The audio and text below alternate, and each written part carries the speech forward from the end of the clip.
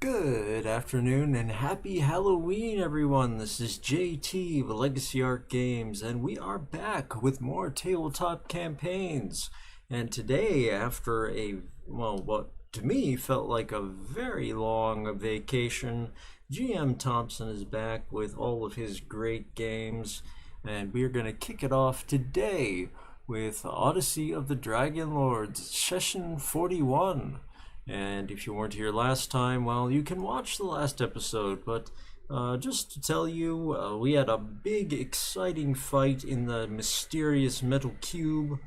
And then we went to sleep and were caught in Lutheria's terrible dream/nightmare.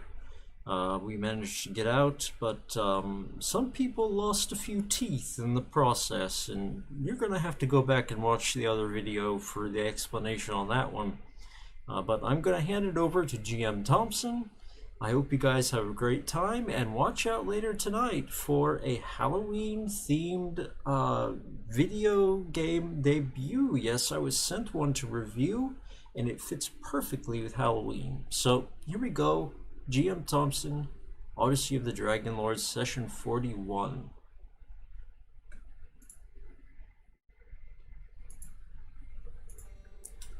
$90. Okay, Tom, it's all yours. Shit. It's not an actual joke. It did indeed happen. Welcome to Session 41. 41. Yep. Oh my god. Who would keep up with me for that long? I mean, All right. I already did. You've kept up for like what? 90 now? 200? Yeah, 300? about. Let's see. We'll find out after the session. But for now, it's time for a recap. After arriving at another sea, you came face to face with about half a dozen or so of these gargantuan cubes. And it was at first a bit mysterious what these things were, but you have since found out that they are some sort of prison. It is, these primordial cubes, or specifically the one you're currently at, is about 100 feet on the side, and the only way in was through a portal over at the top of the cube that would only open by a specific word being spoken, a word that you have since now forgotten, because as you left your lips, it... okay, perfect. I'm already sneezing. Well, that's how it left. No, I'm pretty sure that we left with you guys going into the thing, and then there was a very interesting fight. Oh my god, I'm sneezing again. Okay. What the fuck?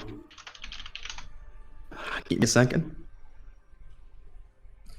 Stream viewers, Tom is bravely streaming for us for a good cause, even though he's terribly ill after his vacation. But he's not leaving us for another week. He's not. I'm not. I'm pushing through. I don't have paid days off.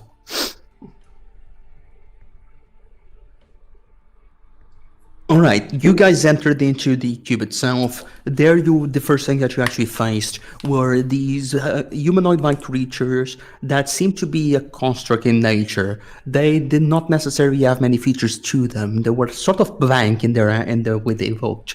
But as they began fighting you guys, every time they got hit in or you hit them, they began gaining forms closer and closer to each of you guys. Yet, you managed to defeat them before things got out of hand. You continued exploring the cube. You ended up finding that it was home to a sphere of annihilation, specifically in this room, and that you have since now closed the door off. It was home for a sphere of annihilation, this legendary artifact that is capable of deconstructing living matter in a matter of seconds. You continued exploring through the cube, and you ended up coming face to face with what we now know is an Ultravot, creature from a creature that is in a way a fiend. It seems that it had served some purpose to Lutheria here, but when he tried to communicate with you and task you with something, it wasn't very much up to a discussion. It wasn't very much up to a negotiation. It wanted you to do something, and the moment you refused, the fight began. This fight ended up lasting, honestly, pretty much the entire session, because it was a very complicated fight. The creatures teleported from one side to the cube to the other, ended up using mass suggestion in order to try to get you guys into the room with the baby purple worms. But eventually, after a long fight, you ended up defeating this creature. You managed to recover the amulet that it had around its neck. That's supposedly the key to control the Sphere of Annihilation. And exhausted, you had decided to try to take a long rest inside the cube, because there is not necessarily a way out nor a way in that you are aware of. And even if you were to go out somehow, you don't know if you could ever come back in. As such, Azak ended up being the one that was taking the watch, right? The first watch. Yep. As everyone else was asleep. And during this sleep, Azak began to see that everyone was acting in a way as if they were dreaming. They were like shuddering, they were moving a bit. They eventually started breathing. And the camera faded to this nightmare that they were having, as they seemed to be having a shared nightmare in between all of them. They were in the exact same spot, but asleep. Yet, from out of nowhere, they began suffering effects of the stream. Specifically, the effect that seems to always be the theme in common was that it was always related to teeth. I believe everyone, I believe that 20 of you guys ended up having teeth just burst out of your mouths, either from being pulled, either from just it being ripped out of your gums. Either way, once the thief impacted against the ground, an actual enemy began to erupt from it, an enemy that was a skeleton in nature, but immediately very aggressive. Luckily, as you guys were in this shared dream, you managed to, for the most part, manage to put on the attacks immediately as those things began clearing out of the ground.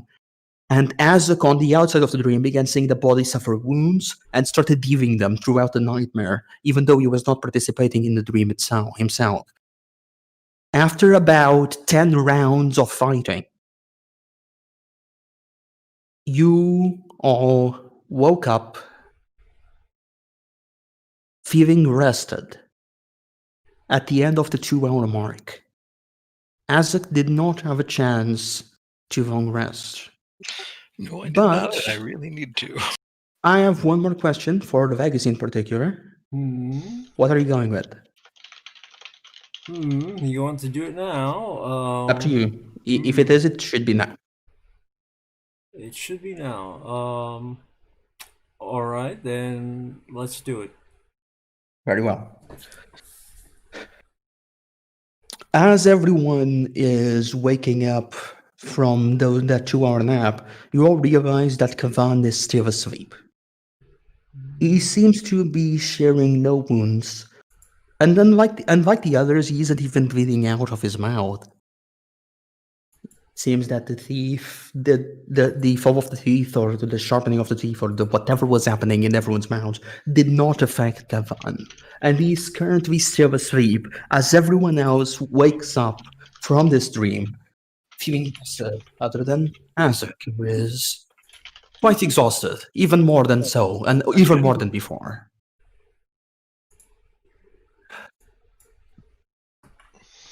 You all wake up.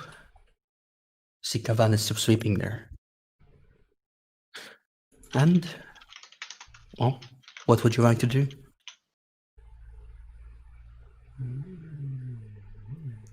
Well, first thing, Azak's gonna make sure everyone's at least moderately okay as far as like wounds. Nothing's actively bleeding. Then, as soon as that's taken care of, or while he's doing that, I trust everyone managed to survive the fight. For a fight you must have had.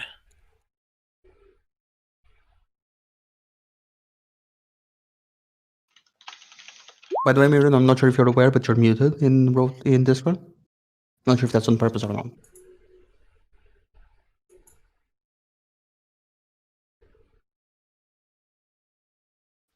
Vit now speaks to the Wisp and says, "Well, that was a terrible sweep." Asterios is just gonna turn its head to look at her like, wait, this didn't happen before.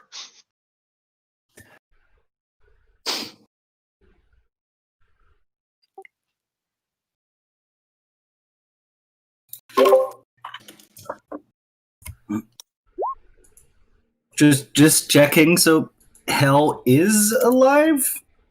Yes. Okay, because that was a bit ambiguous at the end of last session.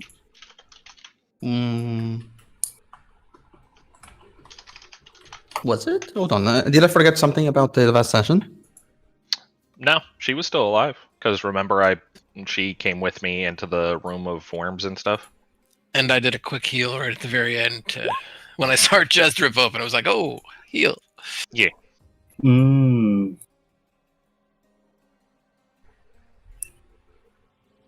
Oh yeah, you technically died and got revived. Yes, was that what happened? Gotcha. Oh, okay. The floor is yours. Everyone is awake other than Kefan at the moment, and the floor is yours. Feel free to whatever.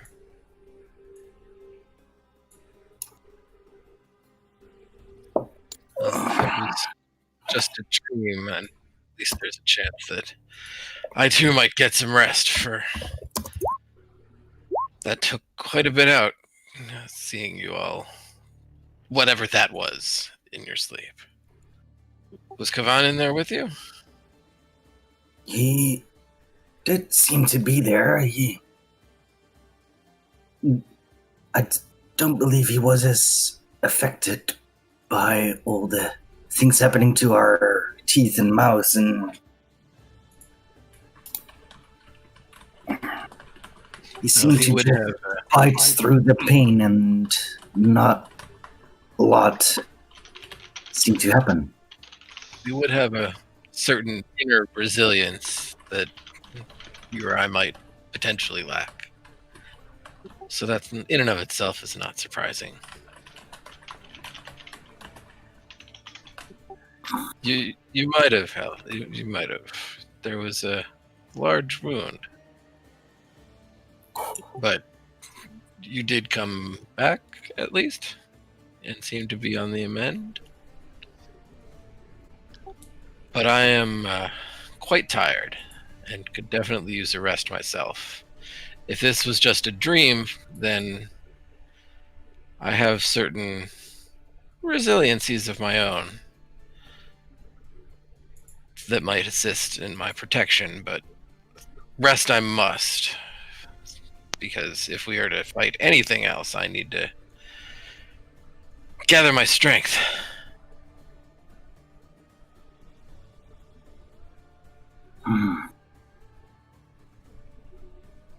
If need be, I can see if I can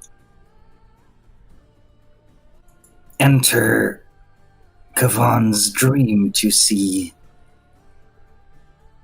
if all is well. Well, judging by the reactions of others when in trouble in the dream, if you see blood, shattered teeth, mostly those, then I would worry. Otherwise, things are hopefully at least somewhat okay. That seemed to be the indicators when you guys were... He seems to be unresponsive, though.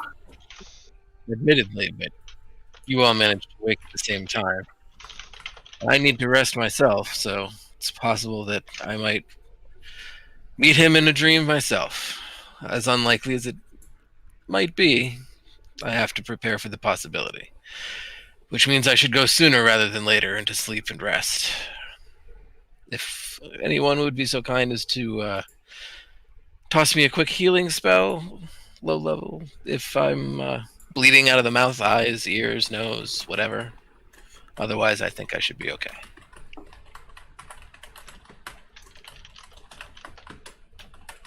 Vith, as you pinch Kavan's nose close, he seems to just switch to breathing from his mouth. No problem. He seems serene.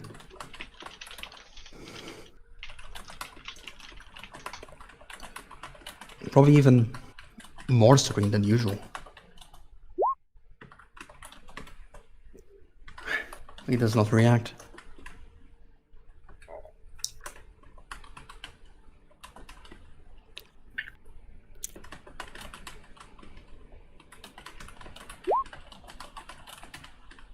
He does appear to be. Although he does not appear to be in duress, which is something. Which is more than I can say for pretty much any of the rest of us during that particular encounter.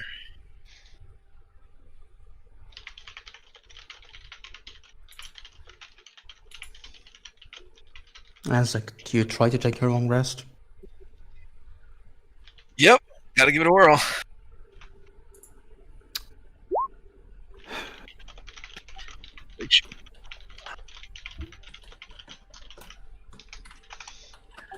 Severed from dreams.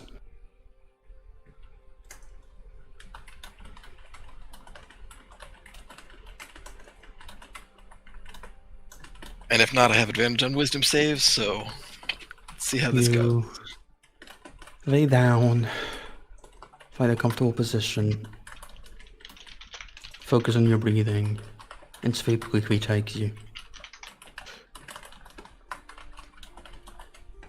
You feel multiple presences within this night's rest. Multiple presences in your head that makes it somewhat uncomfortable, at the same time somewhat familiar. True that.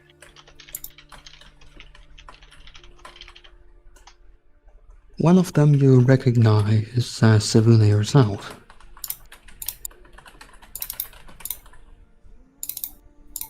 Another essence. Another essence in your mind. It seems to be similar to Savuna's, but fainter and weaker. And another presence seems to be Lutheria.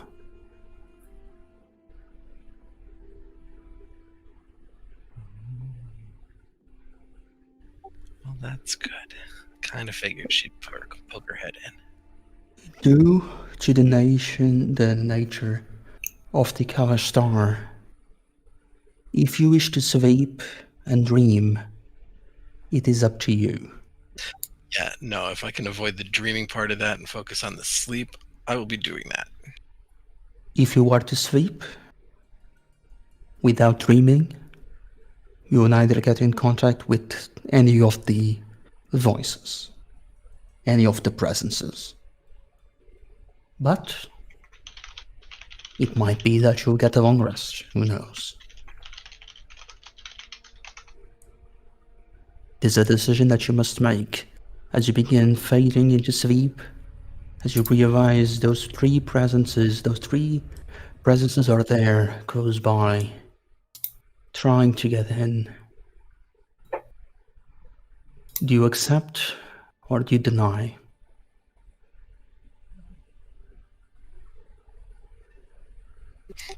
Deny. Go for the rest. You focus on clearing the mind. This is not the time for dreams, for prophecies, for help. It is not your place to assist whatever Kavan is doing. It is your place to rest. It is your place to recover your strengths for whatever happens the following day. Exactly. Sleep finds you. It is restful, but it continues. Kavan, When you were at the dream last night, when you were over at the dream last night, or not even last night, about an hour or so ago, since this mark, probably not even an hour, probably like 5 minutes ago, you tried to do something within this dream that was a bit out of what was expected, right? Obviously, the source of the dream, it's clear as day that the source of the dream was Lutheria. This is a realm. She's the goddess of nightmares, of dreams. This is a realm. She can do whatever it is she wants. Yet, somehow, you contested her. What were you thinking at that moment? At that moment, Kavan was thinking that, well, if this was his dream, if he was a part of it, then, and they were having some conscious effect over it, then he should be able to shape his own dream as well. And so he tried to make an exit from the dream.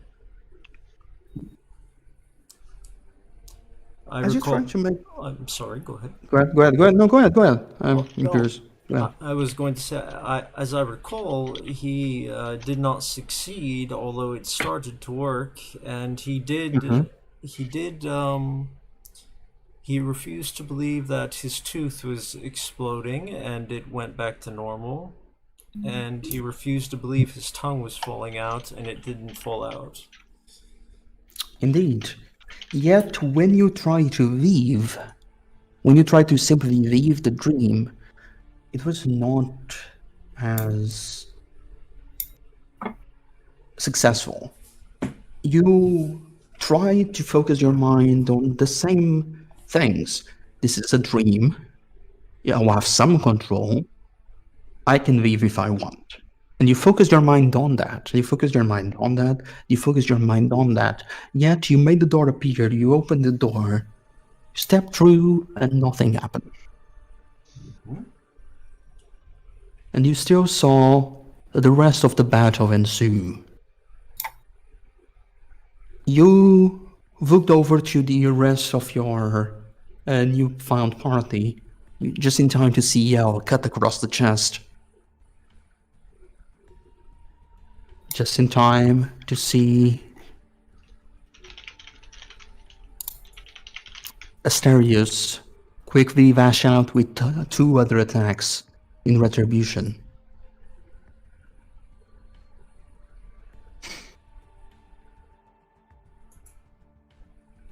Well, the creature was defeated.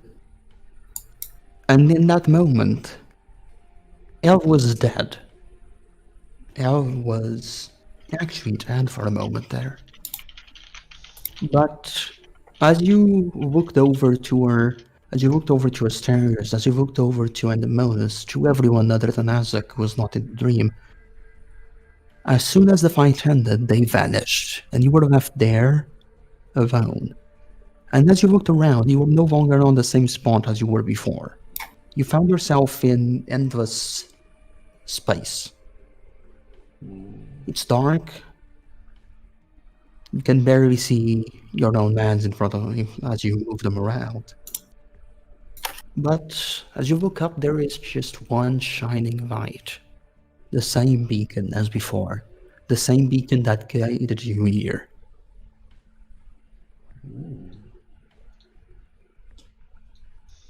And that, of course, would be, and Kavan again is thinking of this as a realm of dreams, a realm he can shape. And, well, recognizing that presence, he attempts to use the dream as a conduit to contact Selune. Go ahead and make me a wisdom check.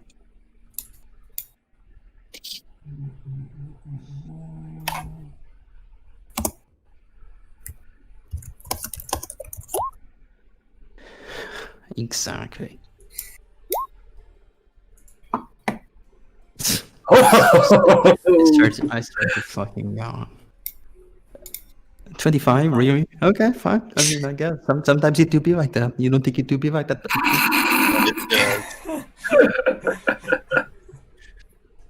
You focus, as you have done many times before. This time in a foreign land, a land that you have not yet grown accustomed to. But it seems that ever since you arrived, something was there waiting for you. It cannot be a coincidence that the moment you showed up in this, the moment that you showed up, the moment that you followed the light, you found yourself face to face with none other than Sidon. It can't be a coincidence. You had all the things required for you at that moment. And you, together with the newfound allies, fought Sidon, challenged him on his own domain, on the remains of his broken Tower of Praxis. He used amazing spells that control the weather, literally tsunamis sent towards you, lightning bolts, everything. Yet, you all survived.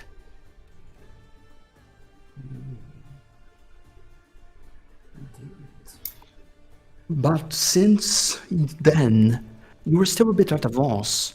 You felt like you should do something. There's something that must be done, but what? But what? And this thought somewhat slowly went away over time. As you began continuing on your adventures, going one day after the day, getting to know these new people, trying to figure out what your goal here is, you began to find this place as close to a home as you've ever had. But the mental health, the mental link once again got questioned when you had to enter this cube.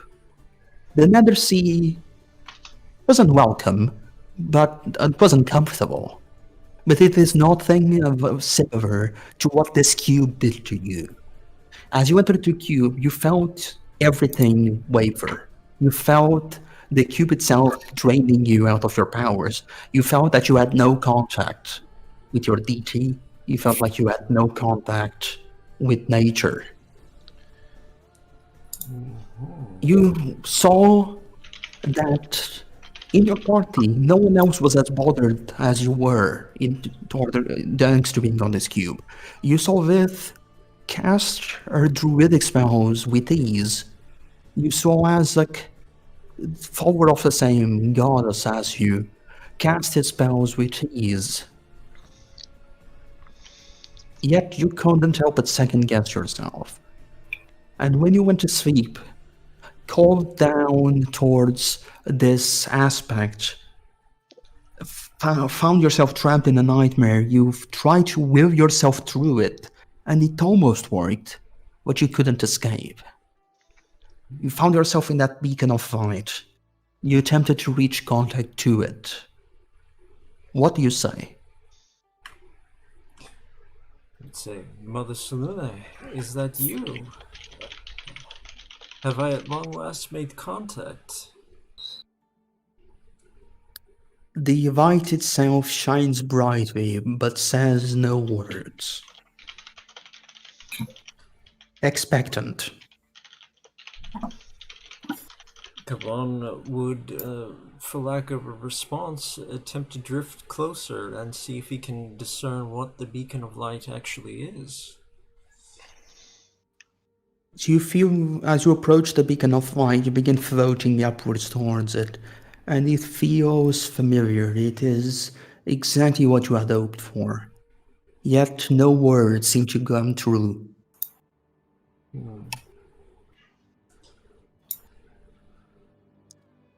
You can't help but, once again, as you say the words out loud, you can't help but second guess yourself. Is this really what you should be doing? Why did I actually come to this fact? Mother Selune, Kaban says, if what I had hoped for has been achieved, if I've used this dream to successfully speak with you, I no longer know what my course is in this place, this unfamiliar world. I did help them to defeat their god Sidon, as you said, but after that, I do not know why I remain. I seek your guidance while I have this opportunity. No words come back in response, yet you feel your brain begin making connections. As the light flashes through you, you begin seeing that everything that you have been through has led you to this moment. Savune cannot reach you by words on this world, but it has some control over you nonetheless. Some weak link of communication through senses, hints, prophecies, but no words. You find yourself back in near the destroyed realm, the destroyed tower of Praxis, sending a lightning bolt right at Sidon. The bolt connects, and the creature reels in response. Sidon got hit, and it hurt. Not what would be expected of a god of lightning, of a god of the seas, of a god of the storms. You do it again, and again, and again. You see your party next to you, delivering blow after blow at Sidon. Yet, the final attack comes from you, as you engulf him in a maelstrom. Using the power of the wind, the power of the water, the power of lightning, you tie him up in the maelstrom and land one last lightning bolt right at him. Sidon's body turns to nothing. The storm overhead begins clearing, but you feel yourself being filled with energy.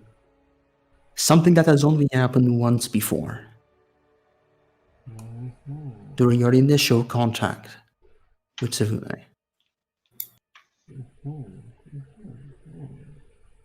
You come back to your senses at the end of this vision, prophecy, past? What was that? Come back to your senses. You still feel this presence touching you right in the center of your body, right in the chest. And you feel this sharp grasp at your heart.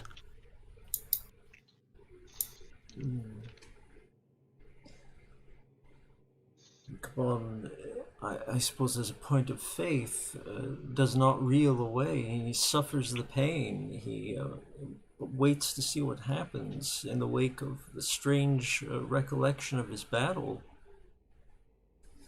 Make me a wisdom saving throw.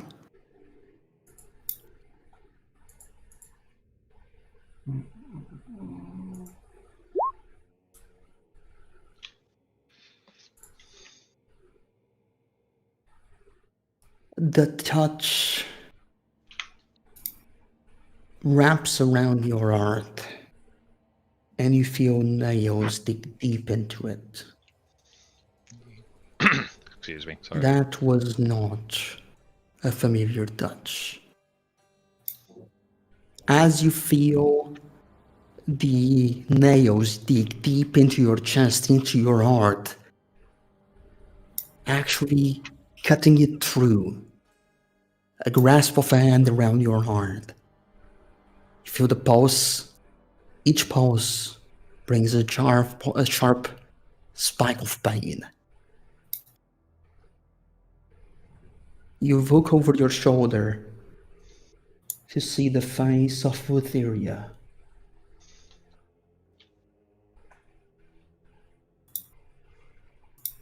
She's standing right behind you.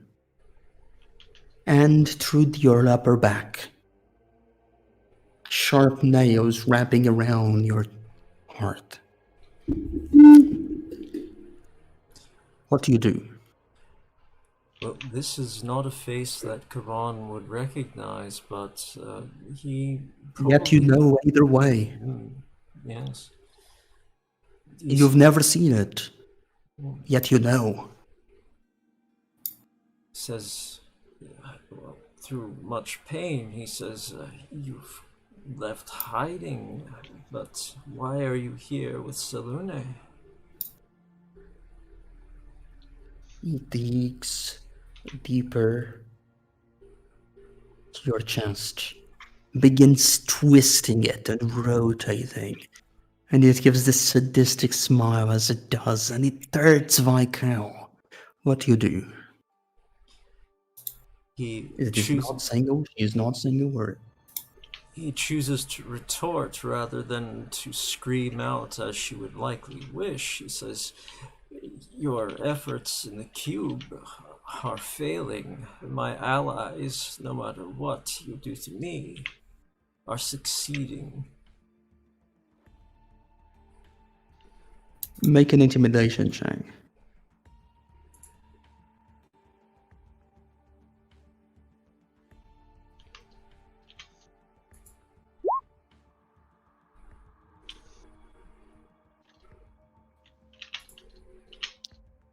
Jolts of lightning begin rushing through your body.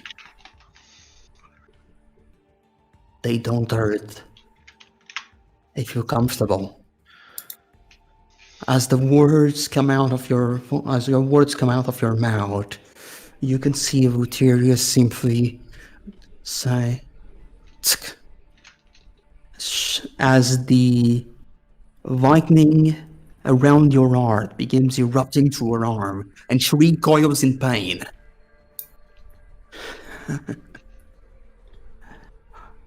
There's a bit of my brother within you. I can't wait to face you. And coming from you,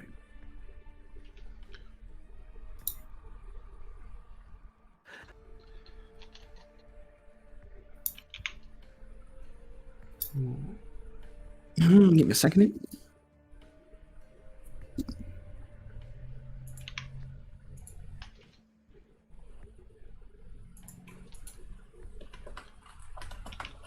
I need to look up one quick thing.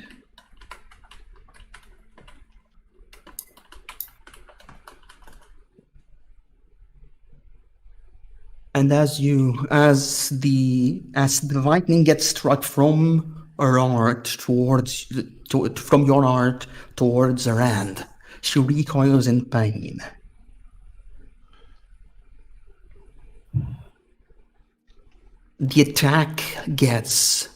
Her attack gets rebuked. The lightning strikes from your heart to her arm, and as she pulls out her arm from your chest, more and more lightning comes flashing towards her. Once, twice, 3 times. She gets propelled back about 30 feet from the force of the lightning coming from within you. The light begins shining louder. It gets bigger until it pushes Lutheria away. When you grasp your heart where it was pierced, you find the cold touch of metal.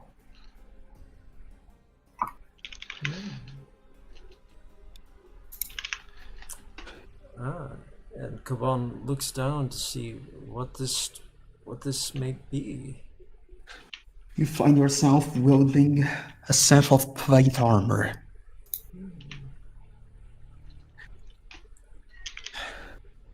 As you look towards your hands, gauntlet, both of them gauntlet with chain. You look towards your hands, you feel that pressure in your chest still aching. Each heartbeat, a jolt of electricity throughout it. You focus on that electricity, and in your hand a trident appears. You focus on that electricity, and on your arm a shield appears.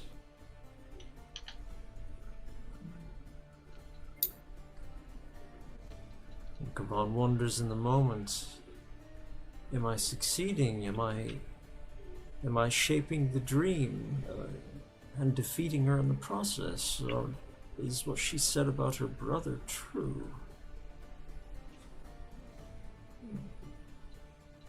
Once again, no words come out, but you get this feeling that fills where your heart was.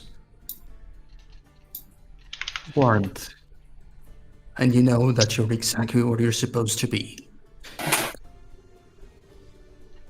Kaban says, and there's a moment of understanding and sadness at the same time as he turns toward the heart of the light, and he says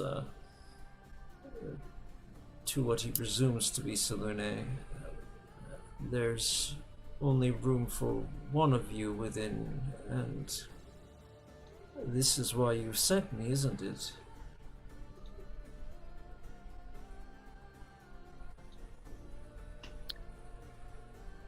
No response whatsoever.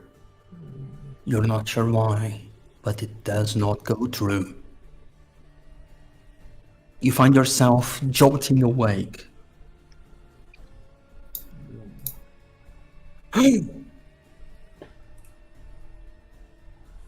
Static electricity fills the air, and you find yourself right next to the rest of your party. You are trembling. Everyone on the outside, you see the same person, but at the same time, completely different.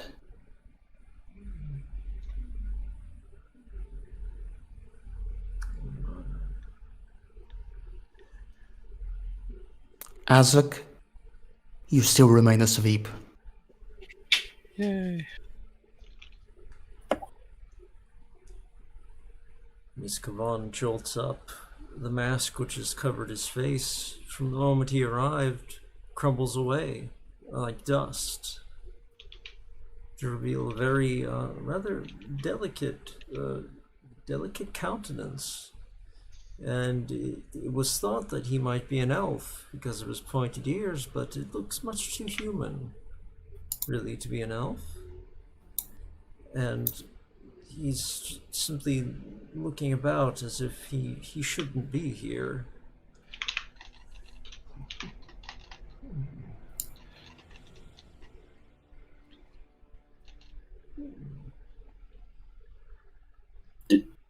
Tom, did we sort of also notice what any of the the jolts and such while he was asleep?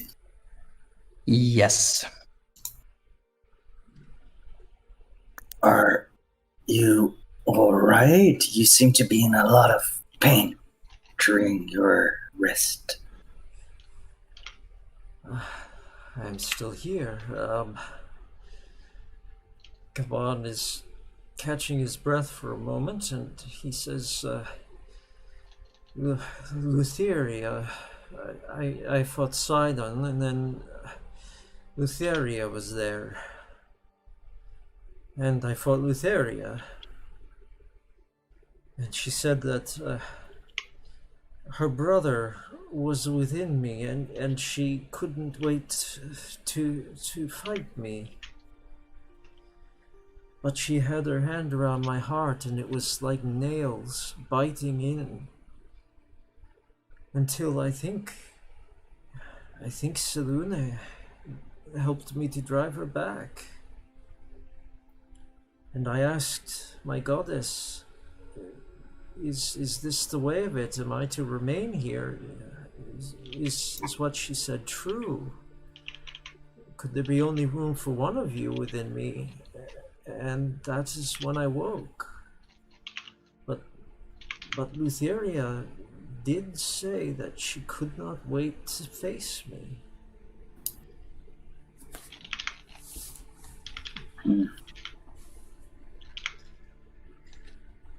Such an evil face. She was pleased to inflict the pain.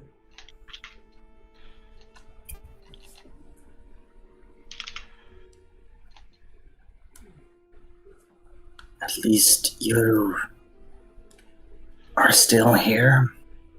Azek seems to be yet asleep still. I did not see him. It was just, Selune and Lutheria, and for a moment I was at the tower fighting Sidon as well. It was very strange. And something is different. With every beating of my heart, there's a jolt like lightning.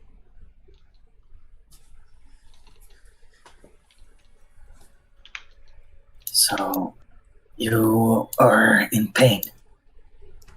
No, it's not painful. It's as if it belongs.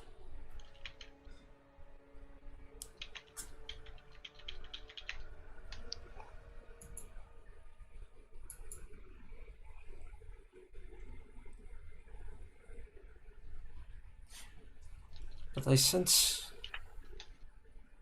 well, my connection with nature, as it was, it's gone. It's different. Things are different. And he shakes his hand once, and he tries it again.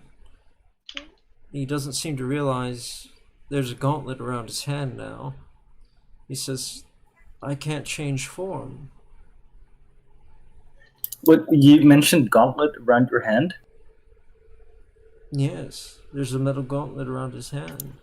Is it just the metal gauntlet that is around his hand, or is the whole set of thing that you just described around him? Like, did we see Everything. that? Everything is. It showed up. It seems to have come out of nowhere. Like one moment it was there, the next moment it was not. Oh, but we did see it. Okay. Yeah. Okay, lol. It would be kind of weird if it just popped up out of nowhere. It did pop out of nowhere. That's what I mean. Yeah. So that probably attracted some attention already.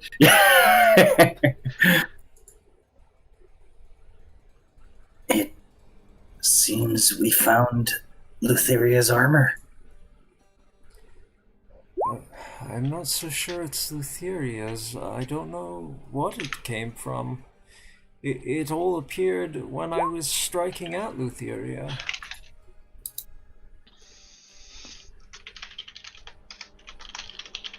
While you were striking at her?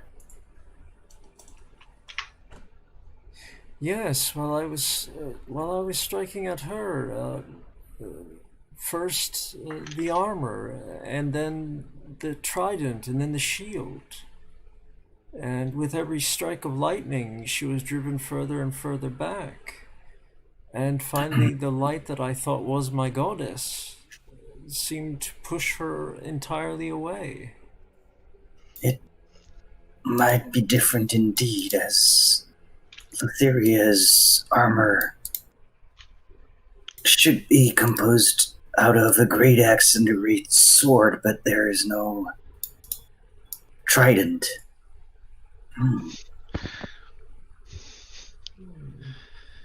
Asterios is just kind of nodding his head like, yeah, totally.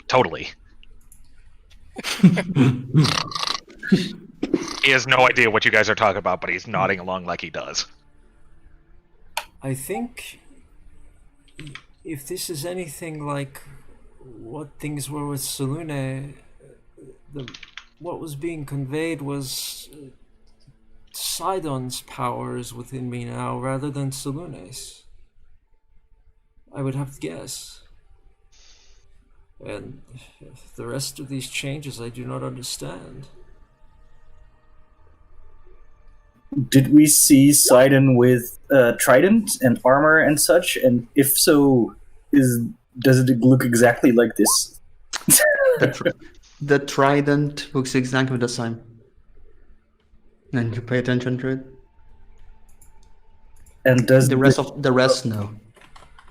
And does the shield and the armor have insignias or anything? Nope. Okay. But is the same trident Sidon wore?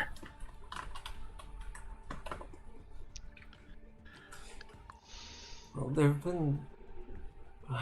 I think back on it now, there have been strange connections between myself and the storm and the oceans ever since I was sent here and helped you to fight Sidon. The sea serpent, for example.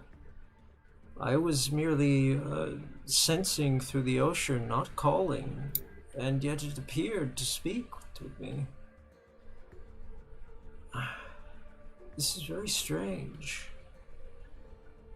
And my power, it feels different.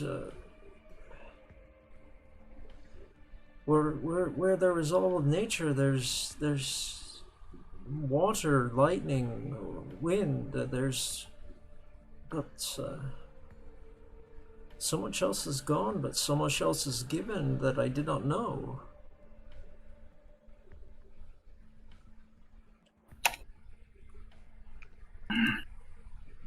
Did you see Sidon do anything to us that you were not capable of? Harnessing the power of nature yourself? No. When I saw Sidon, it was as if reliving the first moment we met when I descended from the sky. I saw all of you there striking at him. And I was striking at him with lightning, and the final bolt dealt him his death, or so he thought. But you didn't see him do anything that you would not be able to do. Because if there is anything, maybe you could try and just do whatever he did and see if you suddenly have acquired new powers that once belonged to him. There is more... Well, there are more things I know. What could I do that I could not do before? So many things. But so much of it is the lightning, the storms, the seas. But I feel as though were I pressed, I could bring life back from death.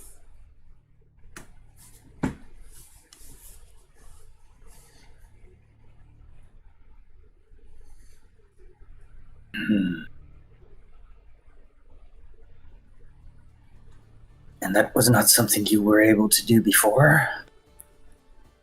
Only in a way. I could bring the dead back, but not always as they were before. They might have been something else, but now I feel as though I could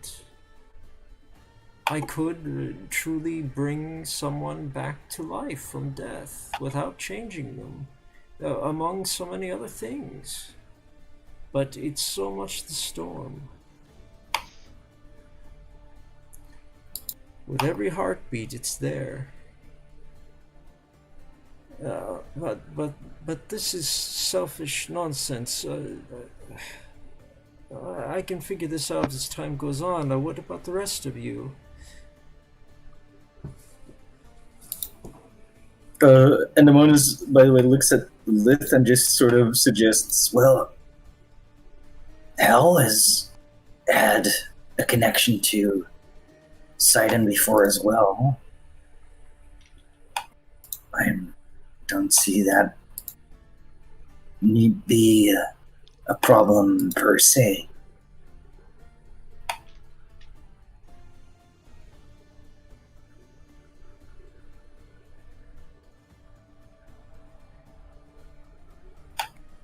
Or perhaps in this world, defeating a god could possibly mean acquiring part of their powers. I mean, you were the one to defeat Sidon. We all helped, but you dealt the final blow. It is true, and in the world from which I come, if a deity falls, then the things which they represented are there for the taking. But I did not attempt to take it. It's very strange. But I have the sense... Selune said nothing, not a word. She was simply there. And she may have protected me, but I think it was a parting. I think I was being told I'm meant for this world now.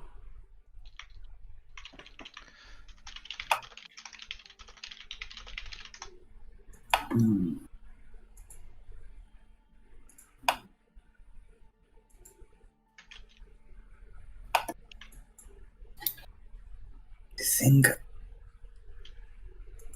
I might try, when we are out of this place, to find Sidon in a way. I have some powers that can locate things, creatures, powers, knowledge. If you possess powers that used to be part of Sidon's, maybe he did not return like Kira suggested.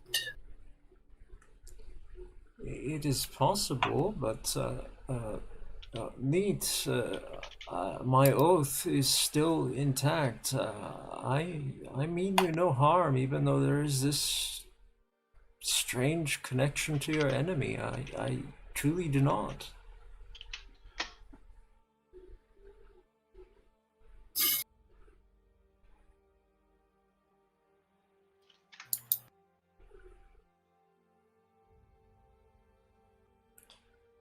Well, Elle, I do feel somewhat out of sorts at the moment, but crazy, no. I don't know where this trident came from, but I feel no need to wield it against you.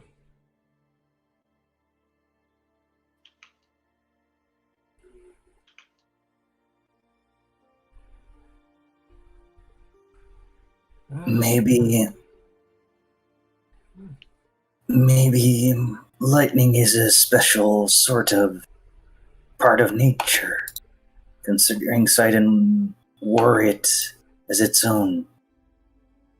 Lightning generally tries to find a way from one point to another, needing some sort of conduit. Maybe it cannot exist without one, and it tried to find you in the process, having lost Sidon as its conductor and you as the closest being of storms and lightning, as you mentioned. It might have found you. And contrary to what normally happens in this world, as Kira suggested, that gods cannot be destroyed as easily and their powers linger on for them to be restored. Well, you are a wiser man than I. But Lutheria does intend to face us. We should move through the cube and do what we're going to do. I'll stay back until I better understand what it is that's happened to me.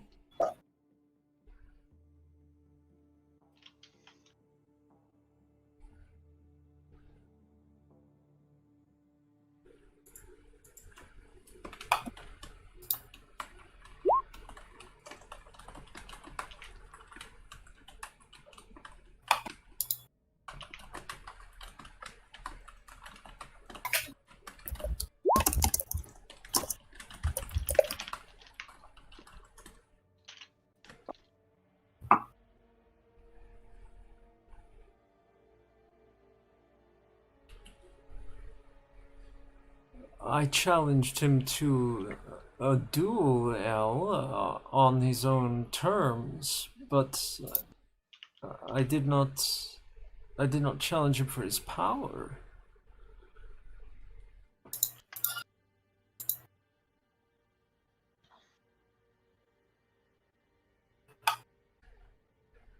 I suppose this is true, yes? And the mask is gone. I have not been without that mask in decades.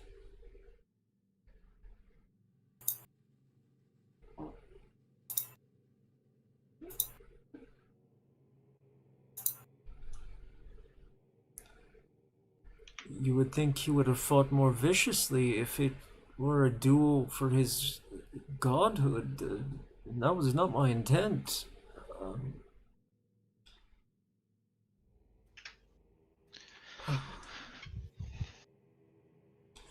But yes, it was. I saw all of you, and you were battling him valiantly, even before I arrived.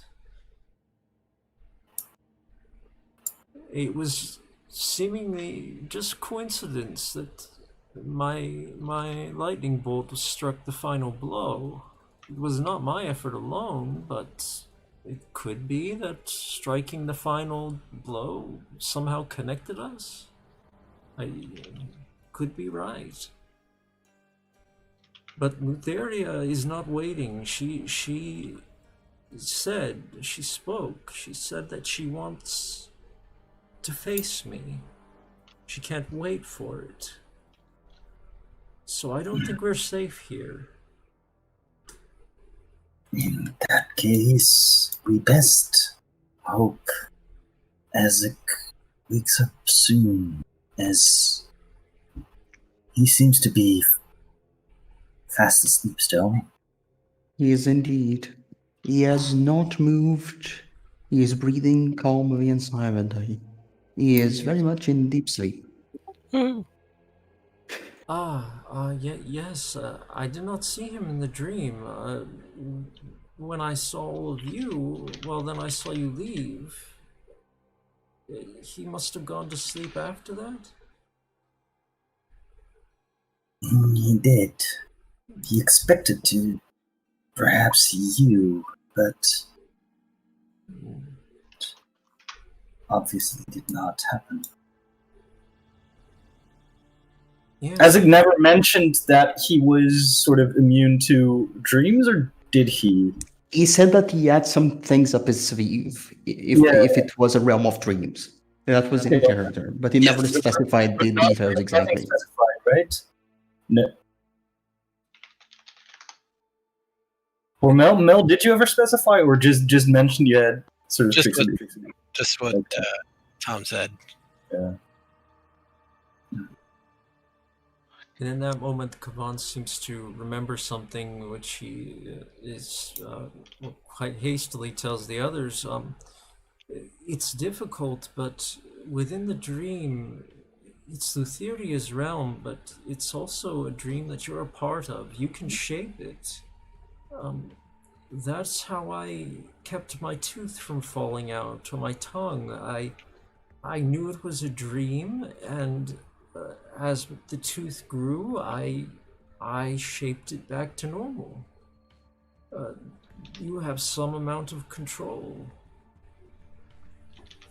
I tried exactly that as you suggested, but unfortunately I did not have the power to do so. I swallowed mine. You what? What? I swallowed mine. You swallowed one of those teeth? As I assume, like, you have pretty large teeth as a sort of a minotaur creature. Yeah. I wasn't gonna let it fall out. That's What? wasteful. What?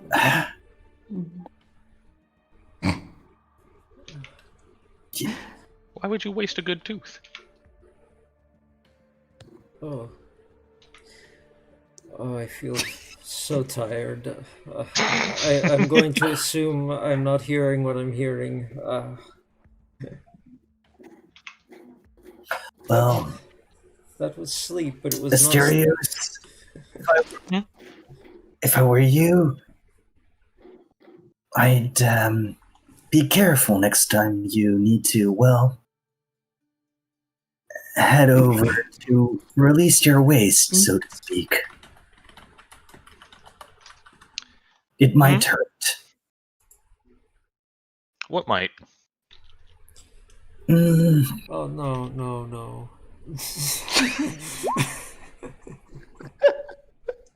Oh, maybe not today, but in a few days it might.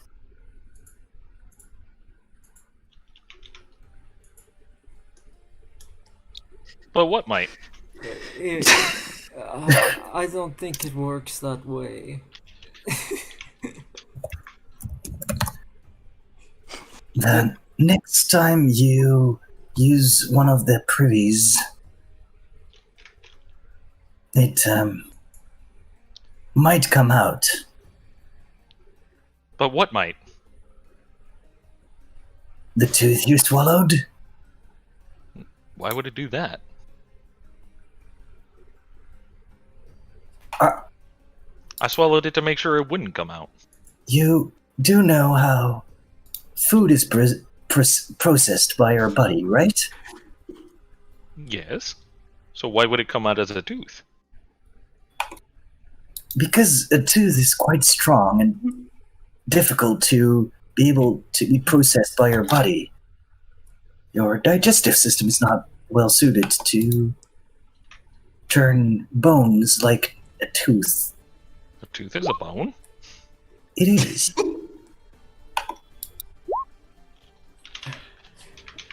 If he swallowed a tooth that large, I believe he would be dead if it carried over into this world.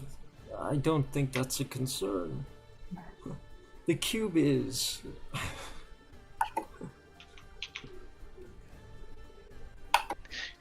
You guys are weird.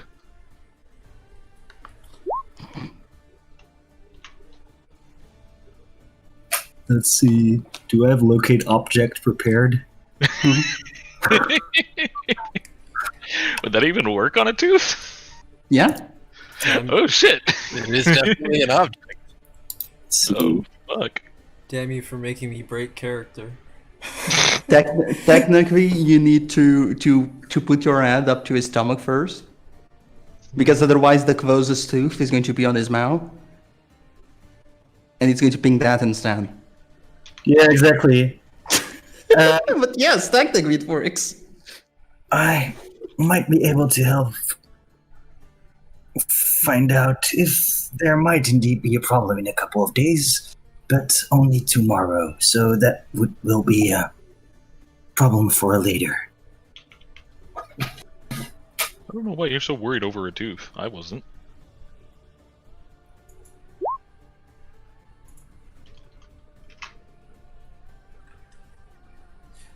Well, know this at any rate, whatever's happened to me, my loyalties have not changed. The oath is still true. It says... Does it really matter? I feel like you're ignoring me.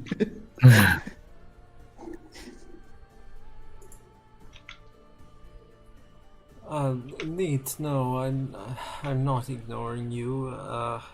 I have knowledge rushing through my head that I did not have, well, before I went to sleep. And, well, the storm in my chest, it's a little disorienting.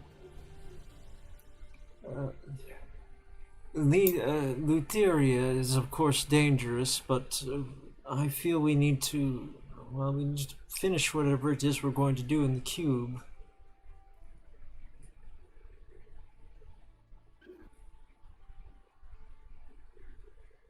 She will be coming for us. She knows.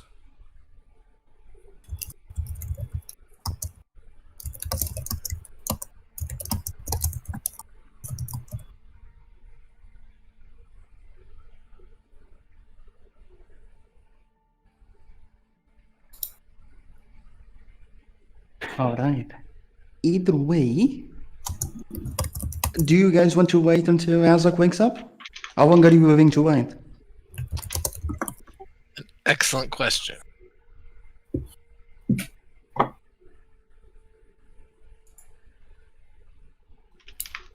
How long are you guys willing to wait? And what are you doing while waiting? I technically already had my watch, so maybe only be 6 hours. Maybe, please, yes, maybe. We'll find out. Since another hour has passed since Kavan woke up, right? Or since Kavan woke up like an hour after the 2 hour mark. You guys had the conversation, Kavan, whatnot. But Azak is still deep asleep. You guys just keep waiting? Yeah. Very well. Very well. An hour passes. Another hour passes. Another hour passes.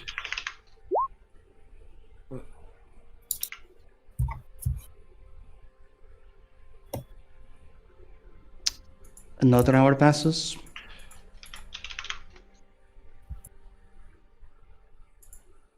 Another hour passes. Azak wakes up. Hey. Long rest is complete. Woo! Do-do-do-do-do-do.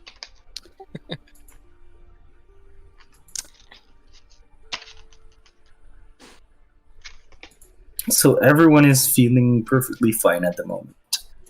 Mm-hmm. So to speak, yes. Other than the missing teeth. Yeah. Need some orthodontist's work soon, but that's all right. Or the what?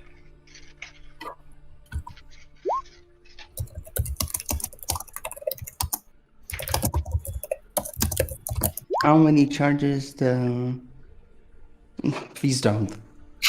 How many charges does the Staff of Healing get back? It was currently at 1, so I need to either roll or just leave it at 1. You get a long rest, so you can... Yay! So I think it gets 1d6 plus something or other, which I'll roll in just a sec. Very well, very well, very well.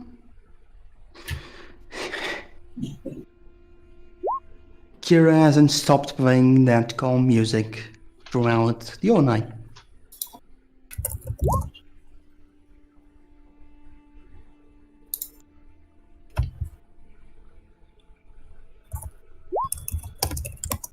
Nice.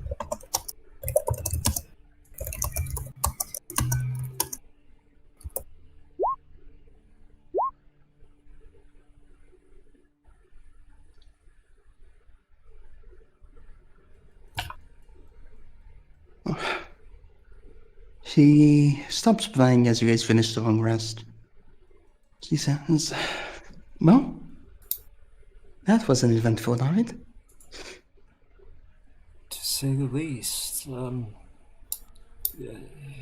You know of such things. Don't ask me.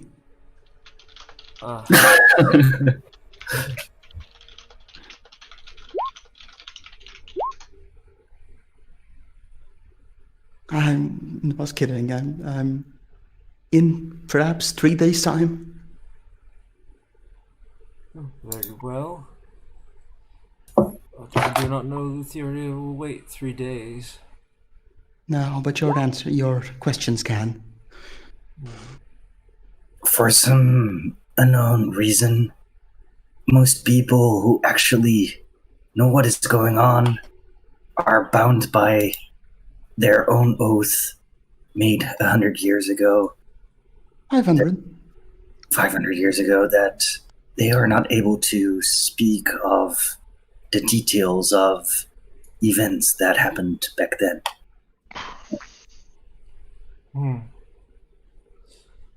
Well, it is a strange world to me still, but I believe I've been given to it. So, well, I suppose that makes the lot of you the closest I have now to family here.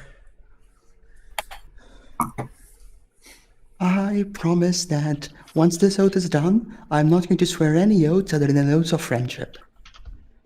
Okay, Taya. Kira. Ah!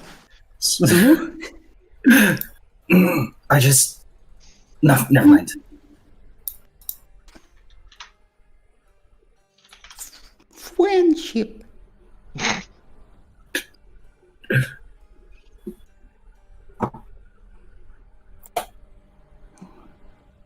So, should we proceed to destroying whatever lies in the cube? We still have the worms that are quite small compared to what we thought was in here, that have to be dealt with. Yeah, I think we're good to continue as quick as possible. I'm not sure.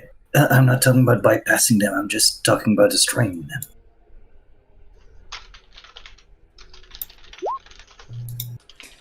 Yeah, I remember now. That thing with the amulets. It was trying to lead you there, and I stopped it just around the corner. It teleported away.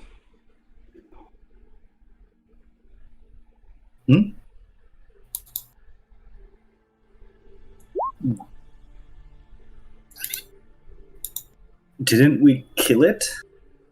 No, yeah, that's not what he's saying. Okay. He's saying that when you were going to the room with the worms, he stopped them and then he teleported away back to the other room. Yes, you have killed them. Oh, okay. Sorry. Yes, it seems it teleported all the way back here, and we took care of it. And Hal took its amulet.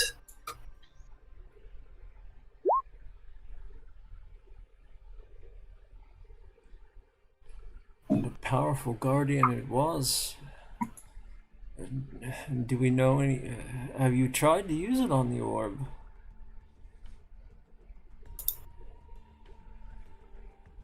I don't even know how long I've been asleep.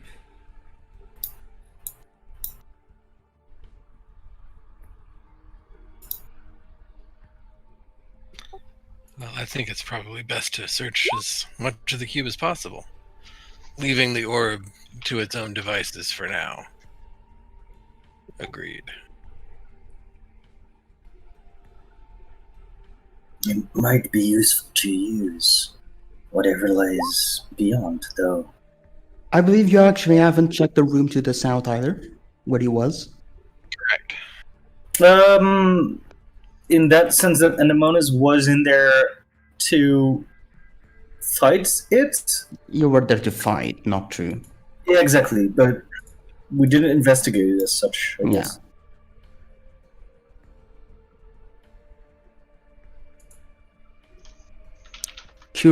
Correct. I think the room with the former adversary is probably a good place to start, as anything easily accessible would be likely to be controlled from or be kept there. So there's plenty of time to go to the worm room whenever we want. They're not going anywhere. Very well.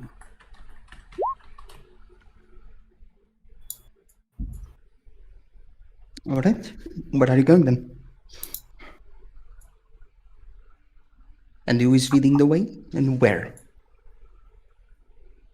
I suppose Isaac's suggestion? Down south.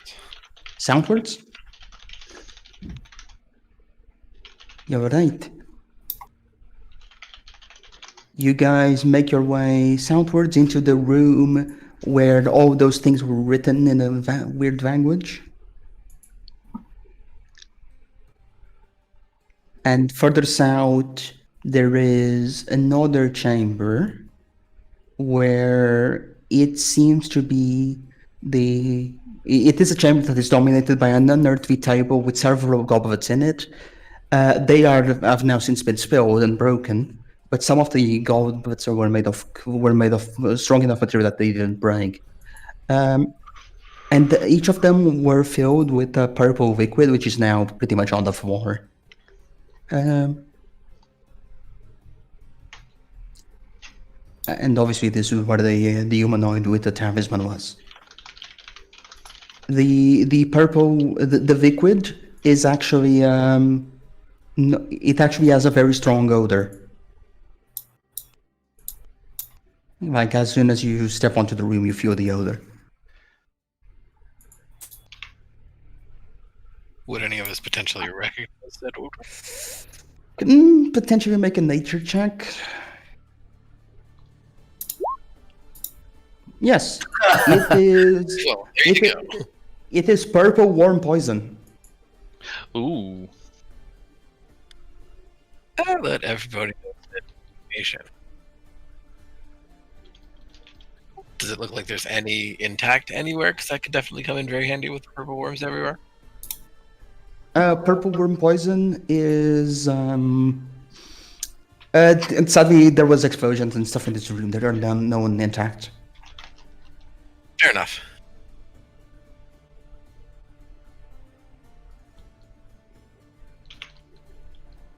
Well, it doesn't look like there's too much of value in here at the moment after the fight, so we did blow it up, but good. That is very true.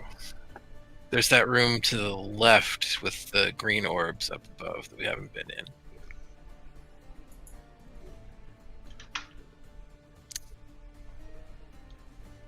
Yeah.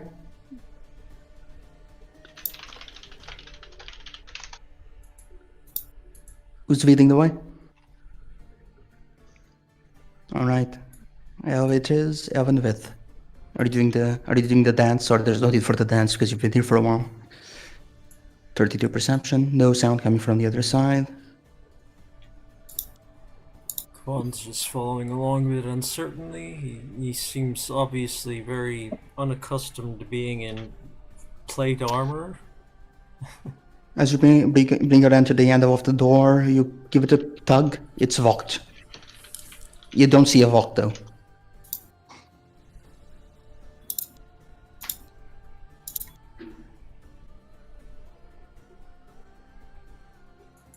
Sweet. Could say they just stuck.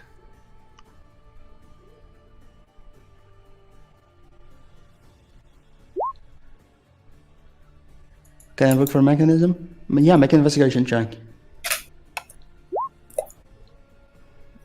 You don't spot one. Nothing as obvious as a lever or pressure plate, at least.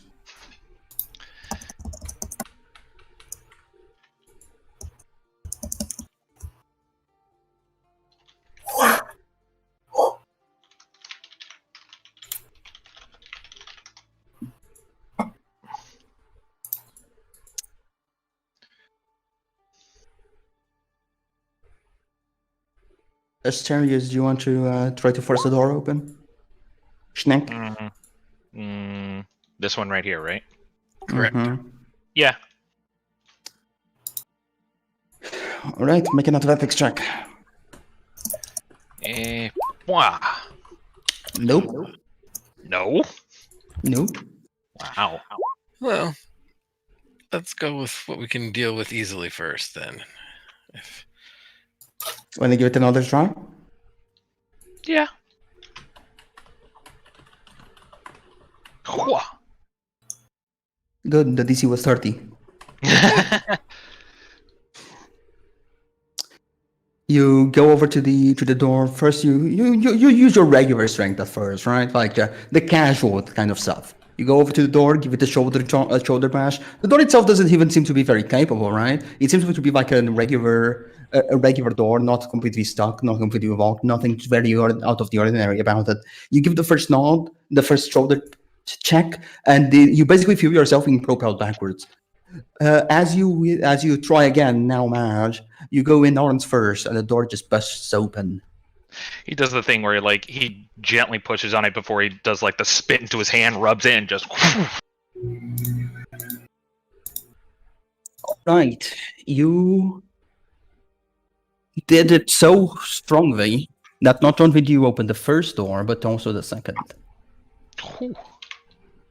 Is that why the DC was so high? Because there was 2 of them? No.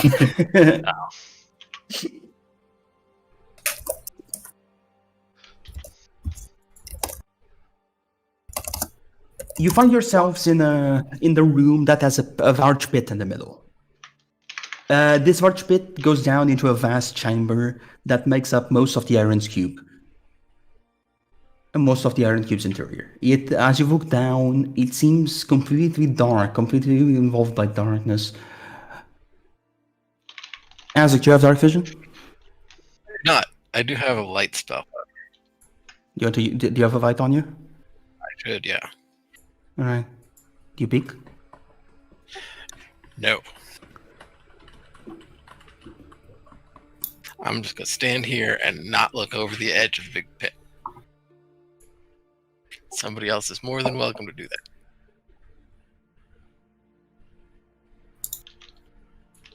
The room itself seems fine. This room, other than the obvious massive pit in the middle, there are two more sets of doors other than the one you came through. One on the opposite end of the room, and one close to the north. You imagine that the one close to the north is the room with the sphere. Word.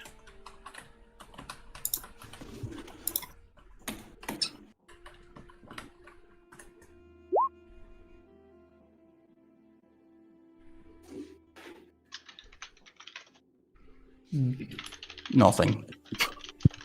It is probably something that I was posting on. It was probably the thing I used to post the flame strike or whatever. Sorry. It is nothing. Sorry.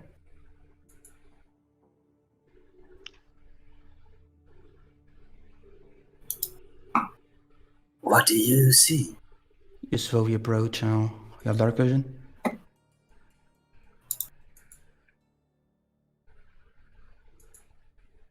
Oh, as soon as you take those steps.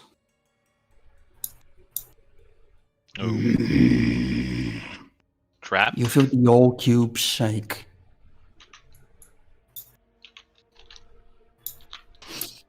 You have dark vision?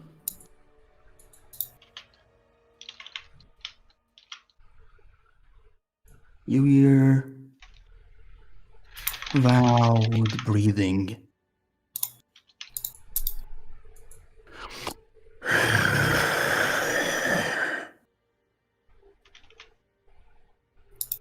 A mix between a loud breath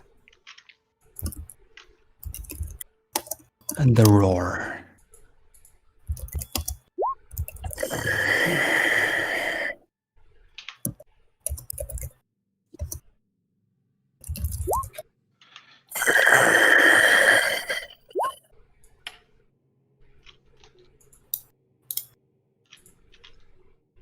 You all get into the room. Silently step across.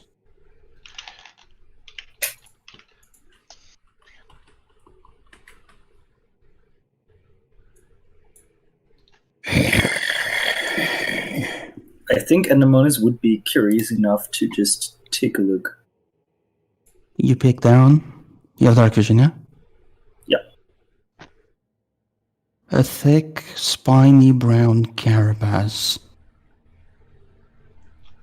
It covers the back of an immense reptile. Ooh. It resembles a predatory lizard. Clawed forelimbs, slightly smaller than its legs. If the creature has eyes, they are not clearly visible from your current position. It is gargantuan. Oh. There seems to be an enormous. Oh! Holy shit.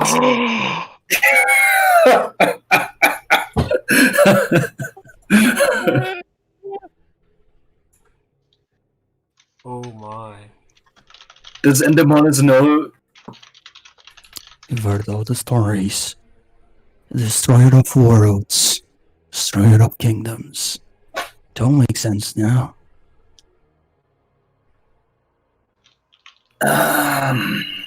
We might have a problem. This just became more than a problem. This thing is a Tarask. It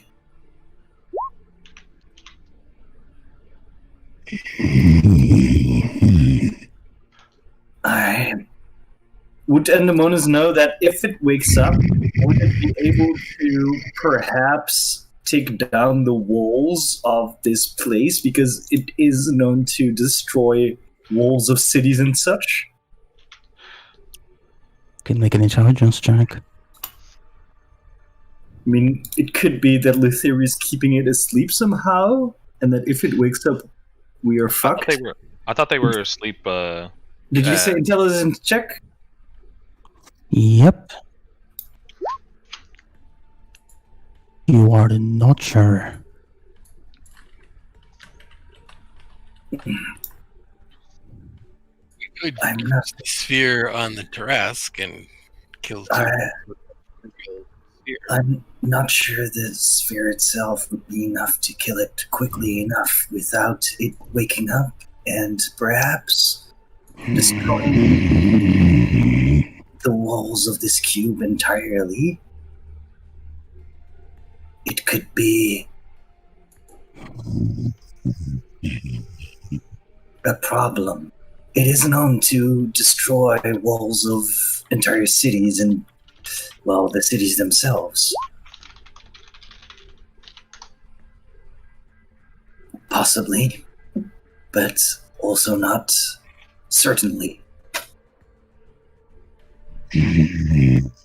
These creatures generally, there's not a lot of knowledge about them specifically, as most do not live to tell the tale.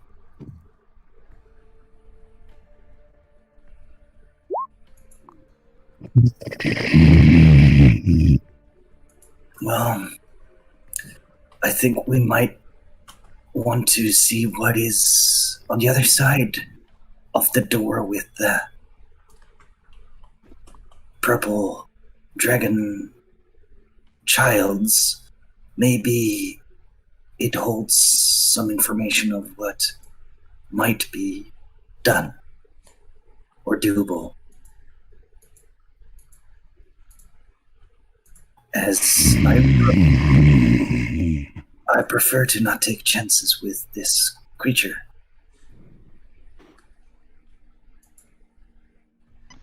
Do we even have a chance against this creature?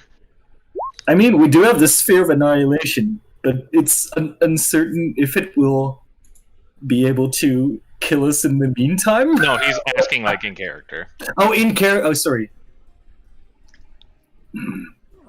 Well, this sphere is right next to this room, practically. It could be a means of control if it were to try and escape.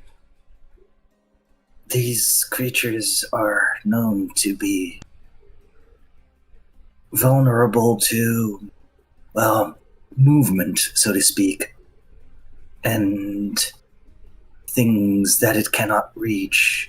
It is a destroyer of cities, specifically as they are stationary, and it can just wreak havoc on things in its reach, but they are also known to have problems with things that inhabit the skies or can flee faster than it can run itself. So this could be useful for us to know, but on the other hand, we are unsure if it can break free from this cube and take us with it. somehow.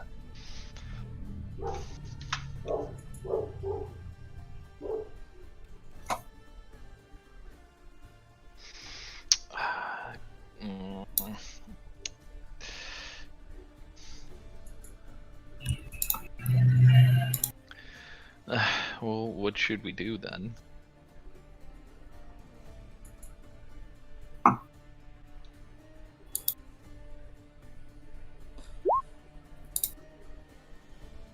Maybe see what lies beyond the purple worm, younglings. We could, though I would say caution, because he seemed to want us to follow him there, whatever he was. I think it meant for that statue to take us down into the pit.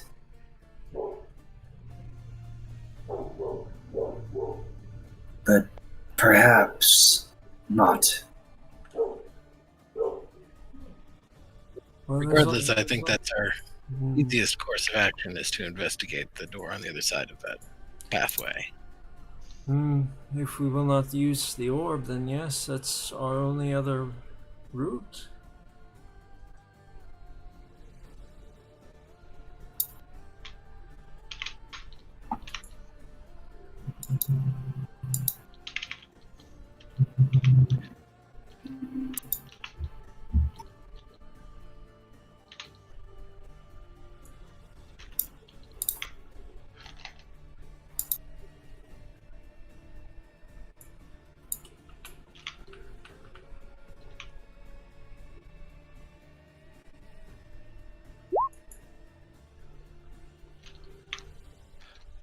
Oh, agreed.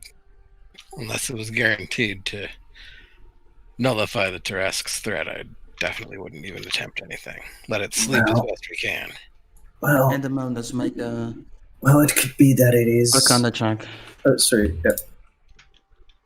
But as he also just says, but It also could be that Lutheria is keeping him asleep, and we can just kill it while it is asleep. We just Are we sure it won't wake up if we attack it? not yet. We might know more if we find out what is in this cube. Do you have something to add to it? nope. Good, 25. because 25 is the DC. A Tarrasque's carapace can reflect magic. Ooh. Normal magic. Oh. The sphere of annihilation is legendary in its existence. One of the things it can indeed pierce is a Tarrasque. So it's a legendary spell versus a legendary creature. A 25 Arcana check reveals that if you were to wear the amulet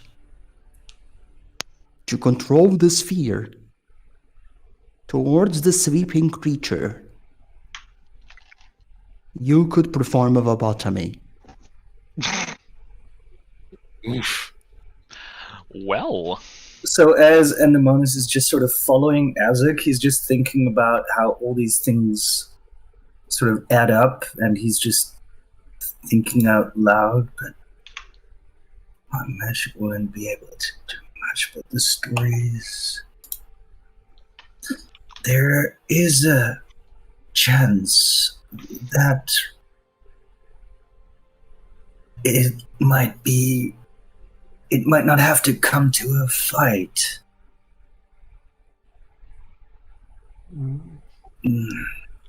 Well, for now, I think either way, spending a few minutes searching the rest of the cube won't change whether or not we might be able to take on the Tarrasque.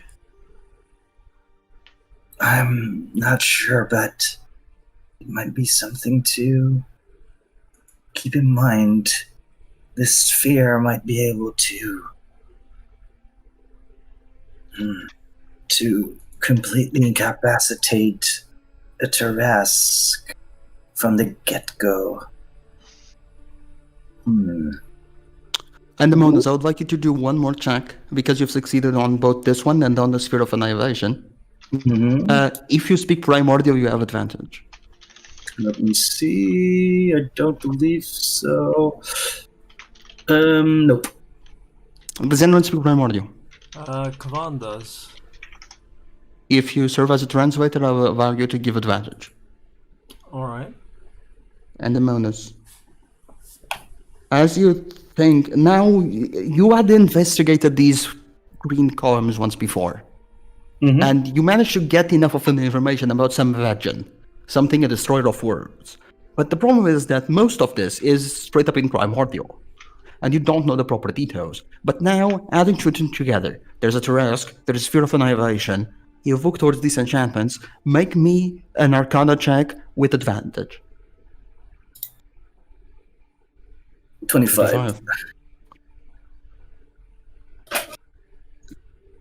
The reason that those doors were locked was because you didn't do the proper incantation to open them. Oh. The incantation would be to bring the Sphere of Annihilation to the center of those four pillars. If you were to bring the Sphere of Annihilation to the center of those four pillars and follow the guidelines within the pillars themselves, reciting the speeches,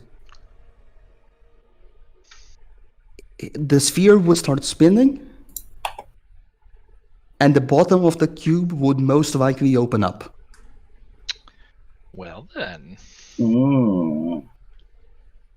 In addition, now looking at the doors that you realize are linked through magical means, you also realize those doors, you forced them open. That's why the DC was 30. You forced them open, but they would unlock automatically to the wielder of the amulet.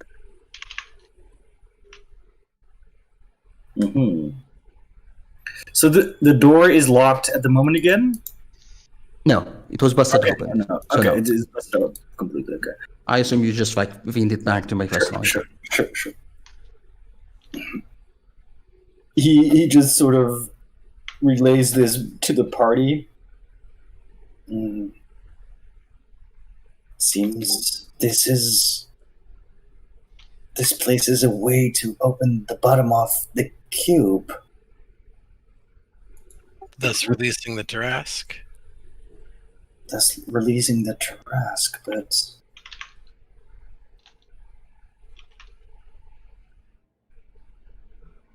the sphere itself is legendary enough to be able to affect the Tarrasque just as it would affect anyone else.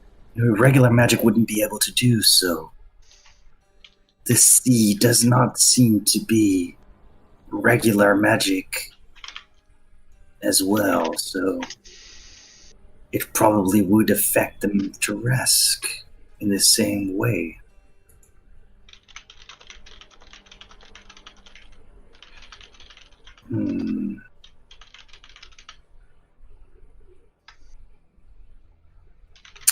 Would Anemones know if the sea would be considered as sort of a legendary magic effect as well? You would not be aware. The Nether Sea is an unexplored terrain. The Nether Sea is Lutheria's realm, and even back then, it continued to be so. You would have no idea if the Nether Sea would be considered to affect the Tarrasque or not. One thing for sure, And they placed the seer. So supposedly, this was most likely placed here by Lutheria or Silent or any of the Titans, right? It's their realm, and they placed this creature inside. Now, would the water itself affect it? Placed inside with the means to release it written on the walls for the guy holding the amulet. So it's probably more means to be released than a means to be not released. So I would assume that the sea would probably not affect it. And there is the hourglass on the top of the cube. Maybe Lutheria is mad. Maybe all of these cubes hold similar menaces and she's just releasing them at certain times.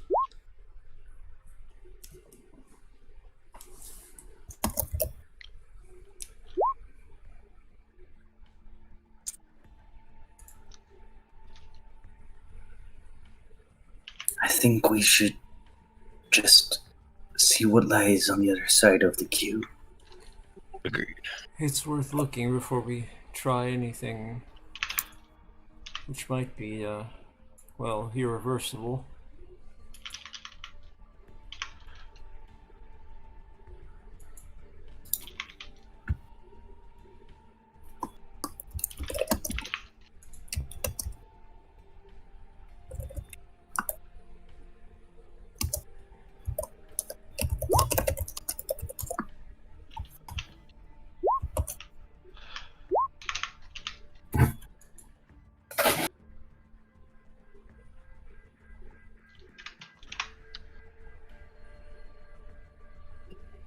Regardless, I think investigating the rest of the cube is the order of the moment.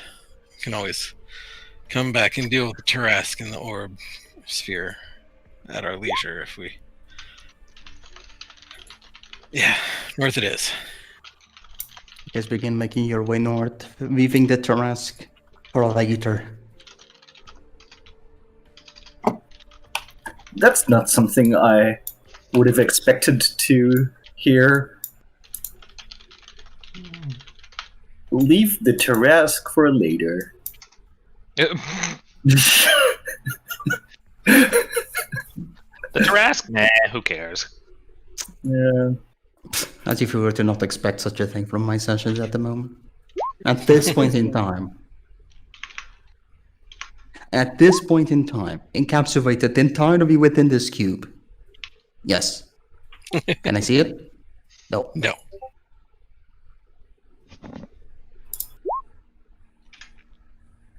You guys make your way back to the room with the hundreds and hundreds of baby purple worms.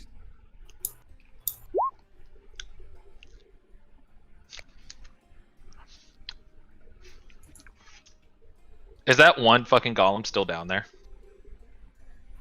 Oh no, he managed to climb up and you fought him. Oh, okay. I was really hoping he'd just be there, just kind of. Trying to climb. This floor, the floor of this chamber is filled with huge writhing worms that wriggle and squirm at each other. The effect is quite disturbing. There is a narrow bridge that crosses to the other side of the room. It is about 5 feet above the worms.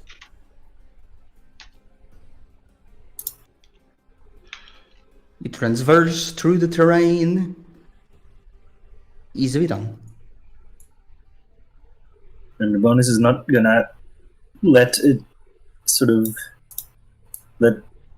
be possible to trip and fall, not keeping any chances, so he's just gonna fly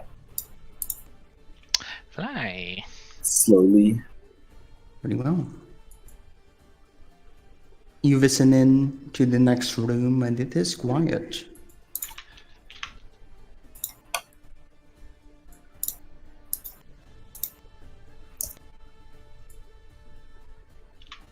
Stealthily open, easily done.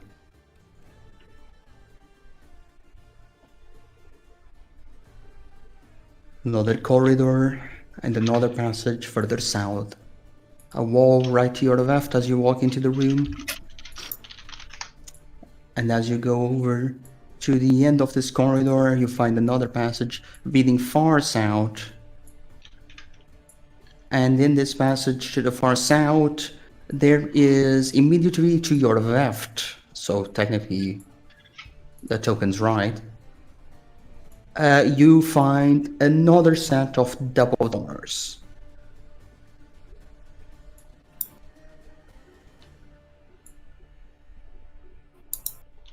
You listen in to the room.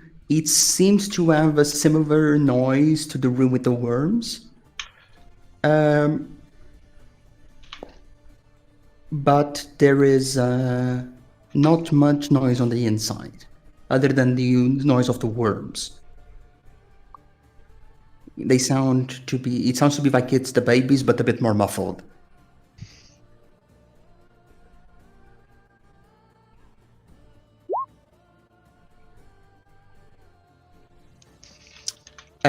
This one, you mean? By the passage? Yes.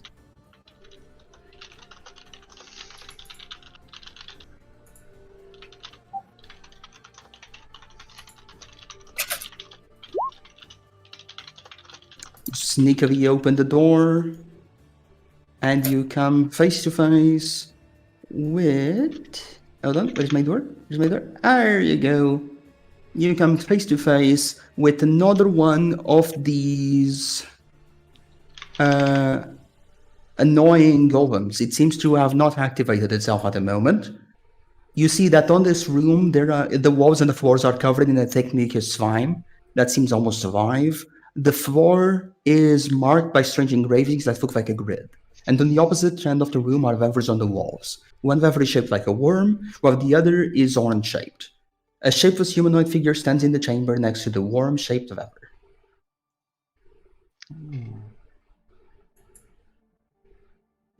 It's a feeding room or a kill room. No need for us to do it. There's a lot of 50-50% chances that could turn out to be great, or could out to be I'd say no, let's keep it. absolutely destructive. Elf closes the door immediately after, seeing that the primordial golem has not moved whatsoever.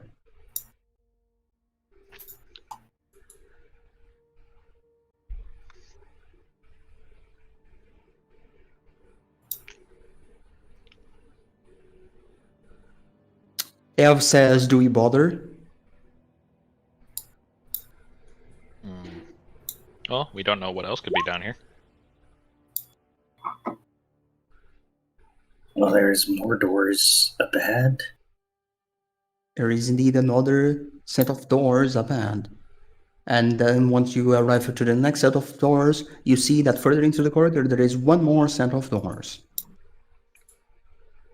As you approach that room with Andel, you don't even need to make the perception checks. You now realize that the sounds that you were hearing from outside of the cube are present within this room.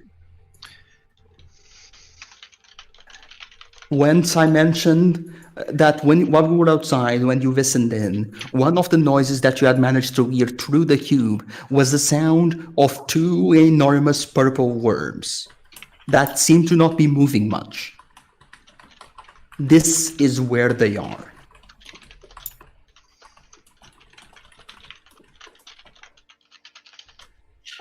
Good. We can keep going.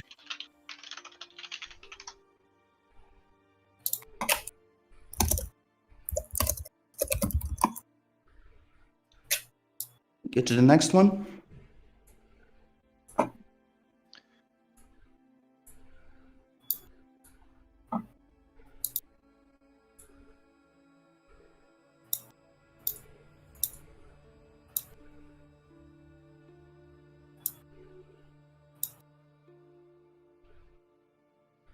All right, you listen in and hear nothing on the other side. Shave and haircut.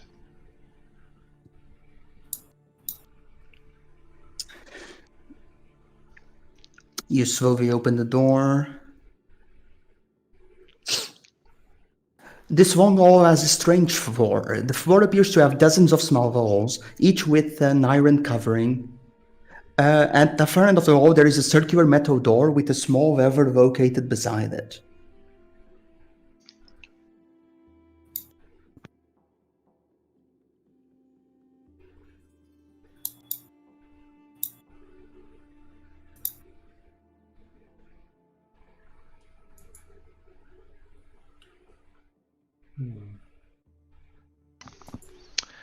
This seems kind of fishy.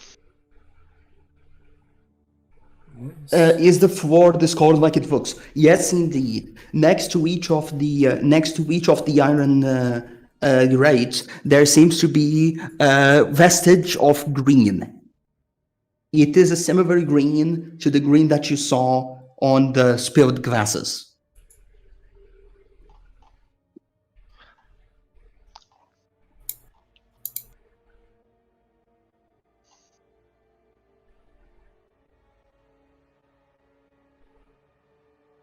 It really seems like the purple worms are kind of here just to feed the Tarask.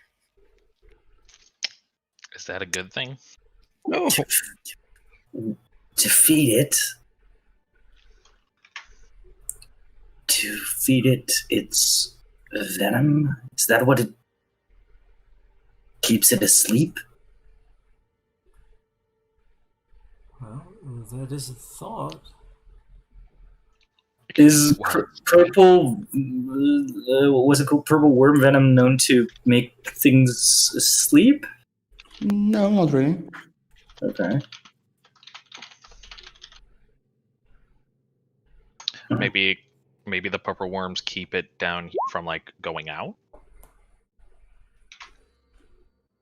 To weaken it in some sort of way? Do we know anything about purple worm venom? It is hard to get. It is very painful. It is very strong. It's one of the worst poisons that exist in D&D in general. It could be a sedative then. It is. It's. I think it's something ridiculous, like 12d6 points of damage. Holy crap.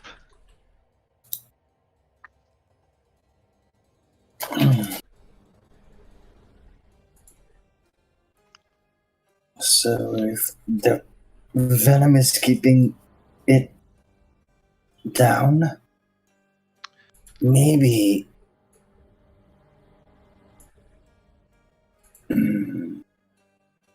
it could work with the sphere, destroying it in the process. Or lobotomizing, you said, not destroying, right? Yeah, lobotomize. Well, lobotomizing it is basically killing it. Yeah, basically, but it's not. It's sort of. Well, a sphere of annihilation. Yeah. That's definitely gonna be. You know. He's basically getting erased. I'm not sure if I use the word correctly. I mean, penetrating the brain with a sphere of annihilation. Yeah, that's what a lobotomy is. Yeah, right word. Okay, I use the right word. Perfect. Yeah, it's just like because it's sphere of annihilation, so that brain is just going bye bye. Yeah. But the question was Assuming that the information I gave Endermon is correct, and it actually bypasses the Tarask. The Tarask's own veterinary defenses. The question was mostly like, did you mean literal lobotomize, or did you mean like lobotomize in the sense that just destroying it, but you did mean it literally? Yeah. As in, it would destroy the brain. Yeah, exactly. I mean, potentially with expert skills and control of the sphere of annihilation, you can probably make it a pet, right? You just remove the evil part of the brain.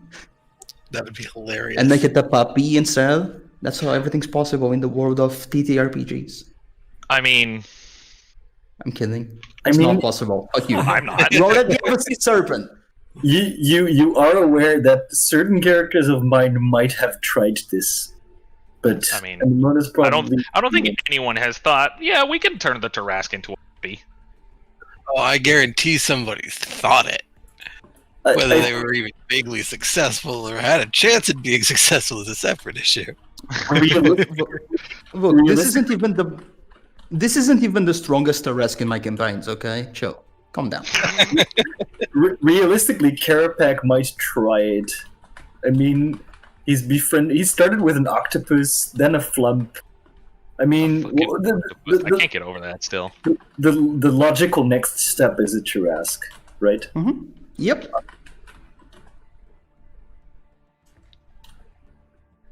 The logical next step. Obviously.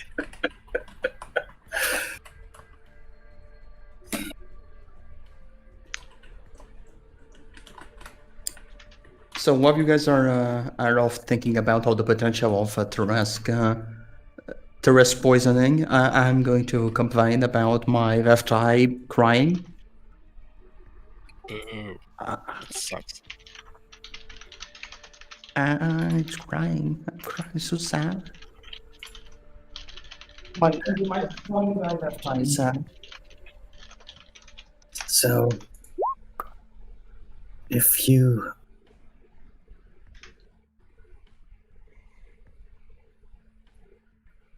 let me have the amulet to handle Tarask, perhaps I could try and save us a lot of trouble, and perhaps some town in the future will be saved as well. For whatever purpose this creature was. What did we just say? Eat first, plan next. That sounds like a plan. That does. Ration. Sounds freezed. Everybody will eat.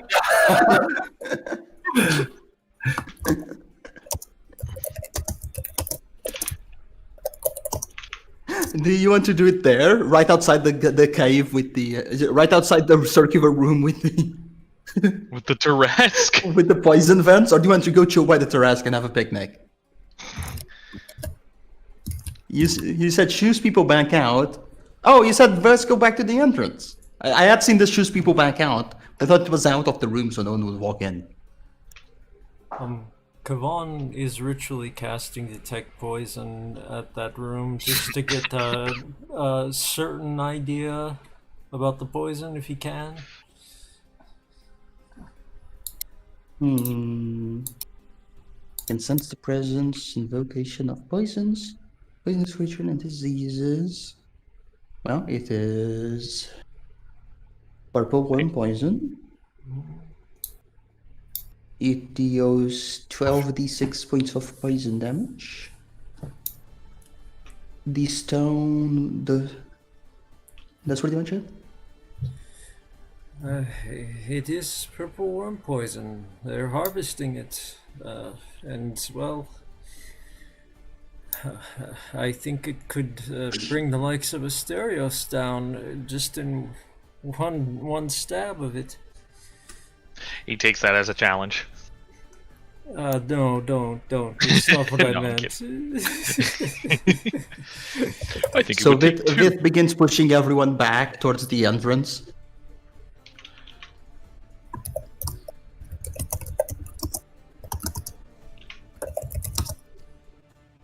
Go.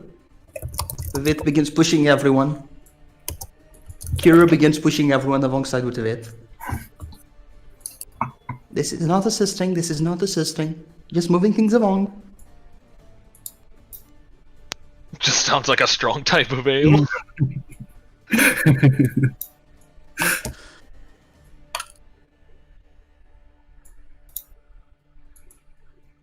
You go back to the entrance, past the purple worms.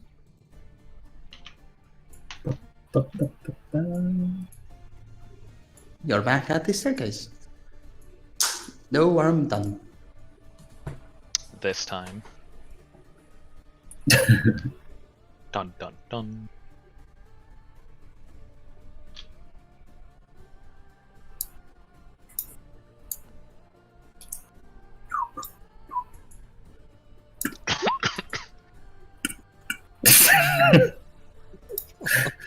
Sounds good.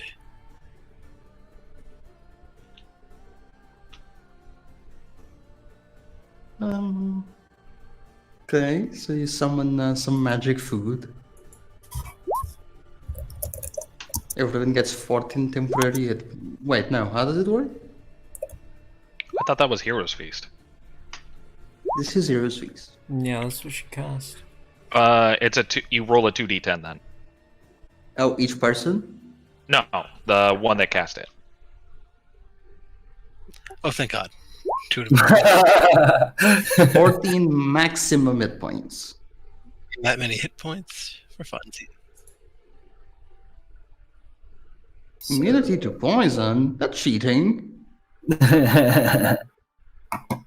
Immunity to poison.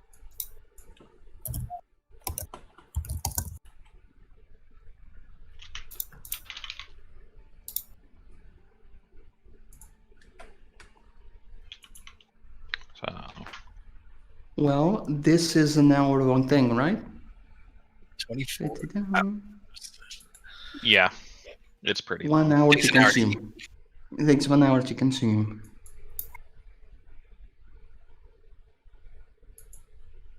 Kira says, I haven't had one of these in about 500 years? 505? There was not much reason to celebrate. Can I have some? Dig it. Well, you did play a song for us for an entire night. It's only fair.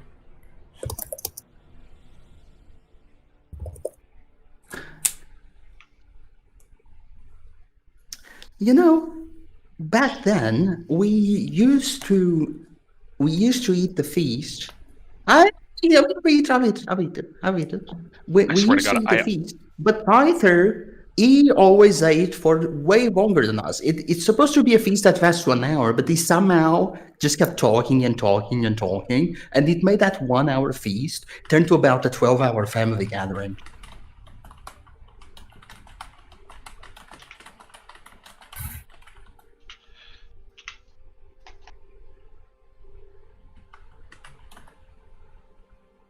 I swear to God, I honestly thought she was about to say, "This is how we eat the feet." That's what it sounded like that conversation was going.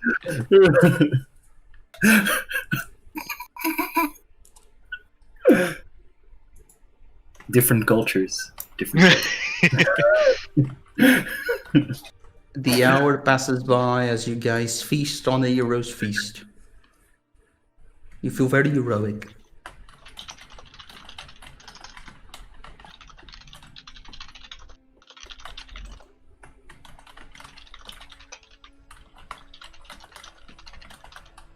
What would you like to do next?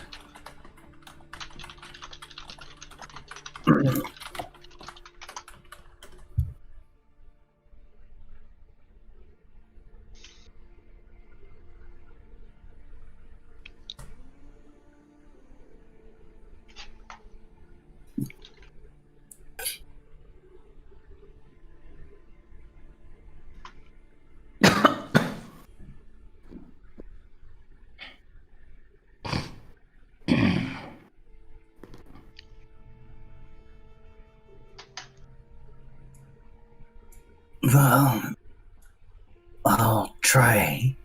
If anyone has some abilities to help me not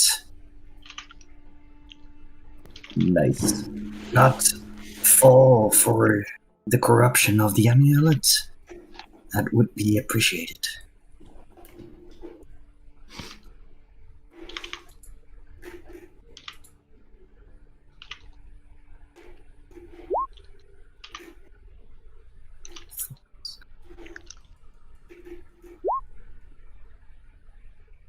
Thank you. Kira removes the amulet from the pocket. She had it on. Yeah, on the chance it were to take your mind, I think I may know a way to help, but I've never tried it before.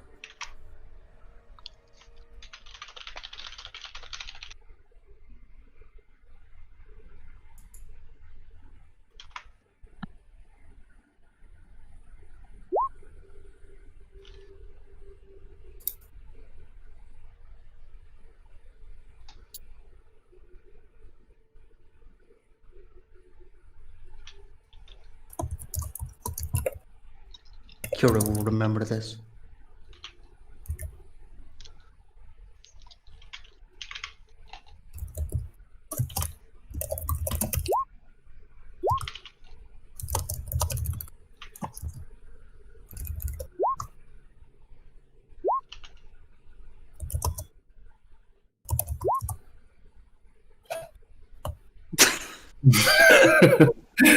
Oh my god. Here's so what are you gonna do with it? And she kind of fumbles with the bucket. I'm going to try and bypass the carapace of the Tarask's head and effectively replace its brain with a hole of pure darkness, absorbing it in the process and removing it from existence, effectively rendering the creature unable to move or think or do anything. So it will be just an empty shell, effectively. She stops fiddling with the amulet and puts it on the table and says, if I knew we were going to go poetic, I would have be writing this down. Can you repeat that from the beginning?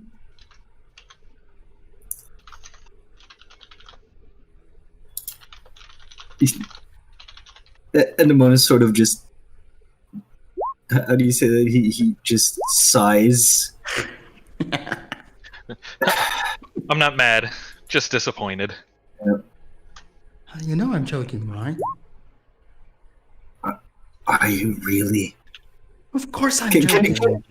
you make an insight check? Can you make an insight check? Just You to can make see an insight check. if he thinks she was joking at the start. No. And so, we shall never know. Oh. She definitely wasn't joking. Yikes. 24 So, charisma. Haha. fucking hell.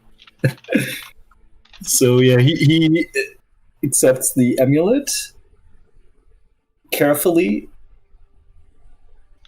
and tries to put it on. As you grab the amulet, you feel uneasy. Take a deep breath. Grab the chain, put it around your neck.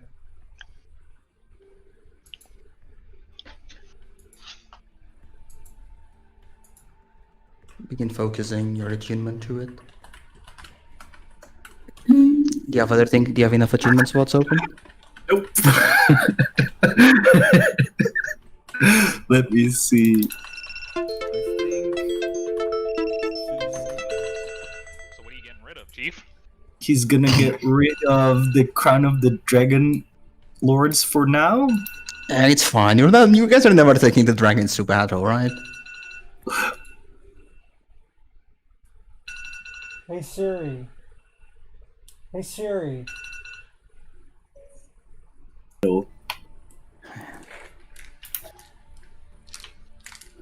We'll find out next time.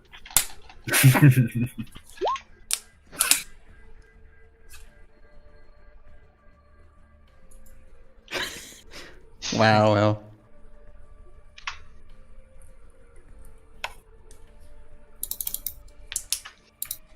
So he unattunes from the crown, still keeping it on his head because it looks pretty nice, but he starts to focus on the amulet to attune to it.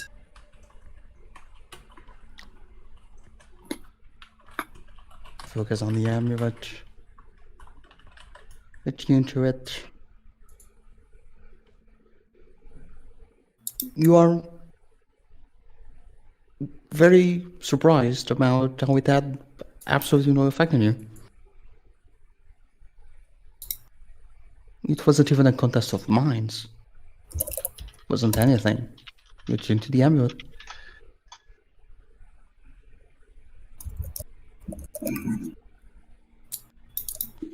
As the hour passes, he just sort of looks at the rest and he says, "It seems I have been able to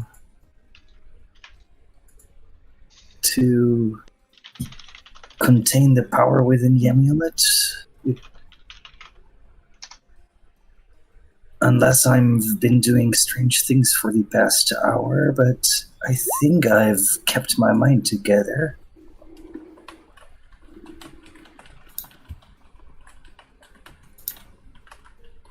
All right.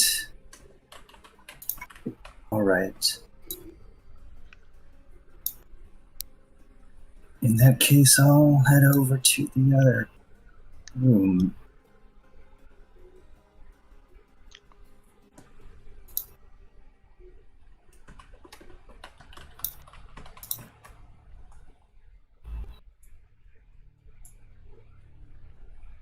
You begin making your way south. The sphere supposedly is past this door.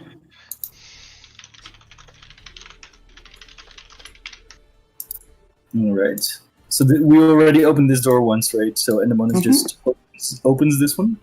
You open the door. And You see the sphere of annihilation standing atop the pedestal, but floating a bit above it.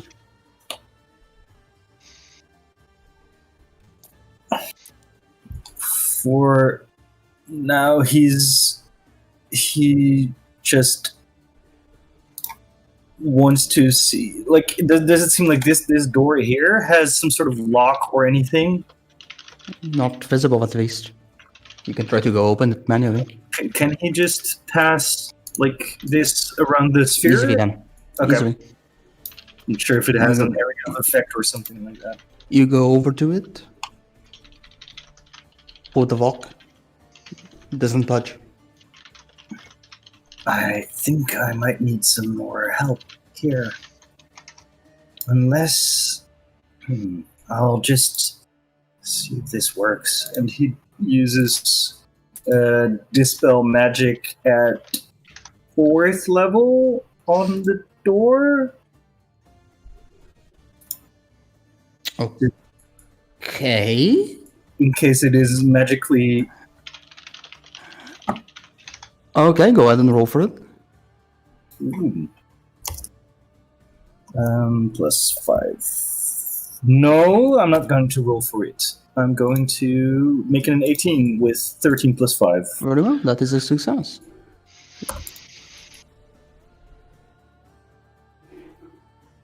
The door is no longer magically locked. Right. And he tries to open it once again. Easily done. All right. And he just sort of moves back a little, so he's behind the speaker. And he just says to Hel and Lith, I think it would be wisest to stand behind me just in case something might go wrong.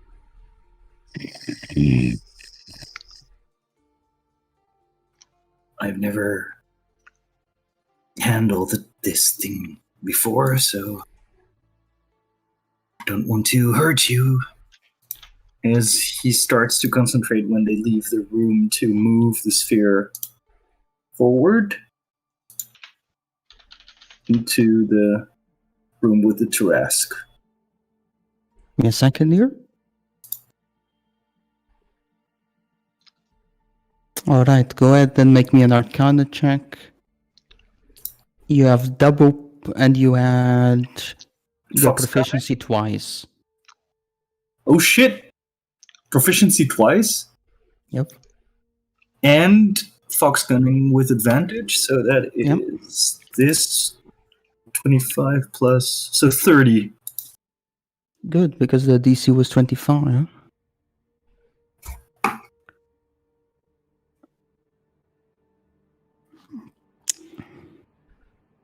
Alright, so you focus on the sphere and you feel the amulet begin to take hold of the sphere. It pushes the sphere and it seems that you have some control over it. Now give me one extra second here.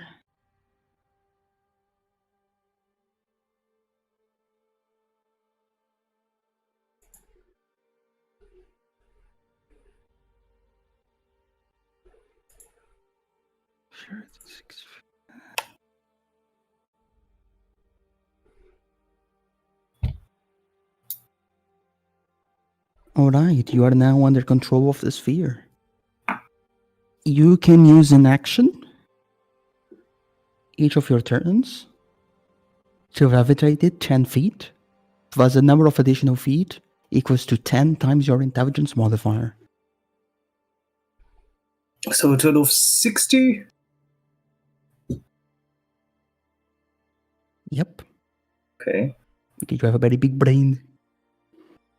So at the start, he's just going to sort of move it kind of slowly forward because he's not used to controlling things in this way.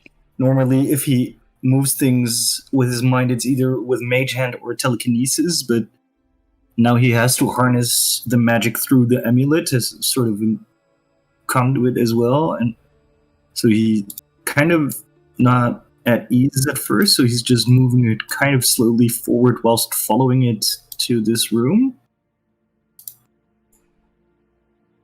And then at some point he's more used to harnessing this power. The sphere hovers just as you commanded, And to your own skill with Arcana, through the use of the Talisman for assistance, to the use of its Fox Cunning for assistance. All three things together, you control the Sphere of Annihilation with relative ease. Begin hovering it over. What do you do? he is near, straight above the head of the Tarrasque. It slowly approaches right towards the Tarrasque. Silently, not even the noise as it does. Cutting through the air. Fast, slow, doesn't matter, because it is completely quiet. And the only answer of the Tarrasque is a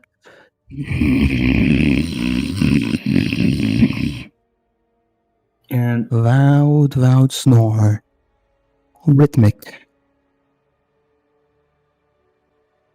And as he holds it above the head, he lowers it and makes it lose speed for a while to make it hover just straight above it, really close, but not affecting the Tarrasque yet. And then he takes a deep breath and makes it go at full speed downwards when it enters its head, and he makes it just move inside the head of the Tarrasque into all sorts of different directions just to affect most part of the head he can and the insides. Circular motions. Exactly. The Sphere of Annihilation makes contact with the Tarrasque's carapace. And for just a second, it seems to now go neither way. Until you hear the carapace break.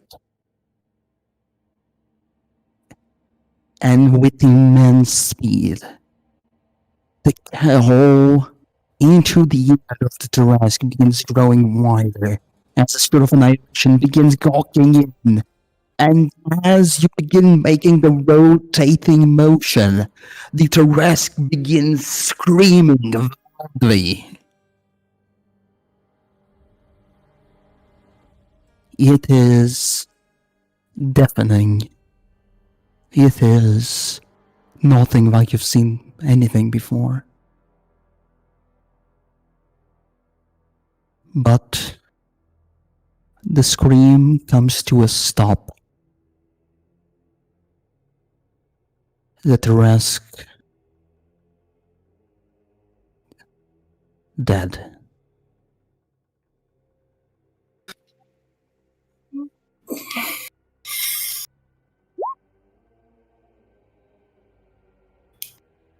Does Anemones still feel like he has control over the sphere? Right now you're too busy taking a deep breath and a deep breath and a deep breath.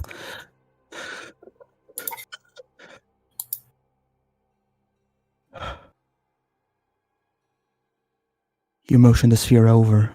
You do indeed.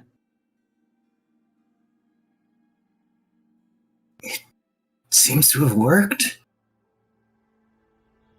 He just looks behind him to the others. There.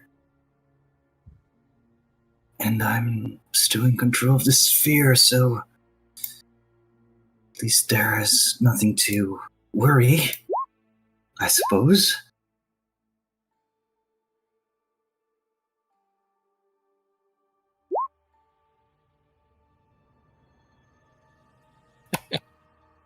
The cube begins shaking.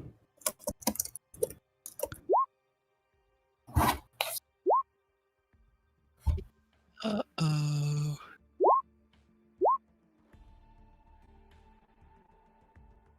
It Shaking? shakes. Okay. It shakes. It vibrates. Both at once. Shaking, vibrating. You hear the bottom of the cube open up. As the Teresk, now diseased, is let go into the Nether Sea.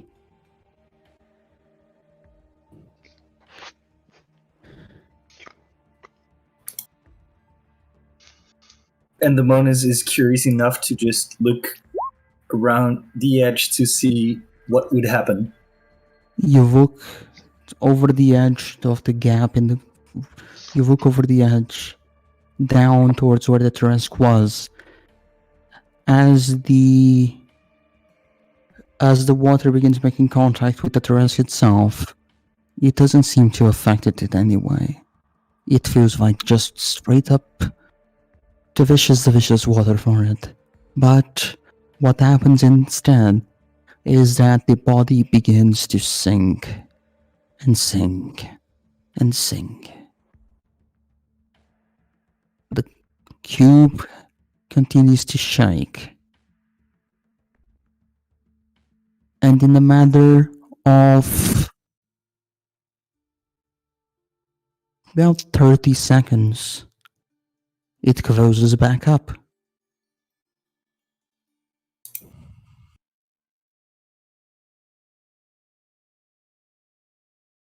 It seems to be a good thing we did this instead of releasing it, as the water didn't seem to affect it at all.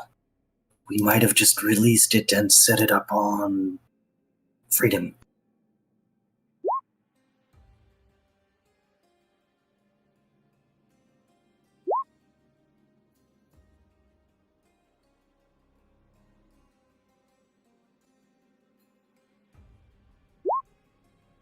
However, I suppose we are done here, or did we miss anything?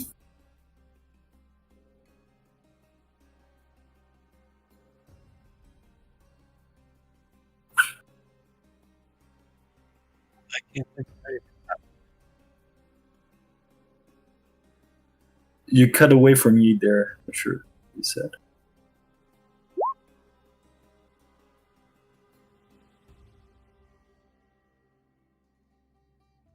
No? That's what I'm looking too.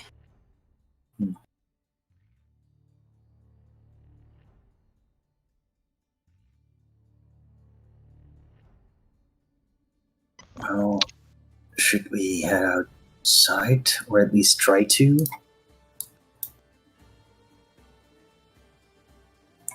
So, Tom, just to sort of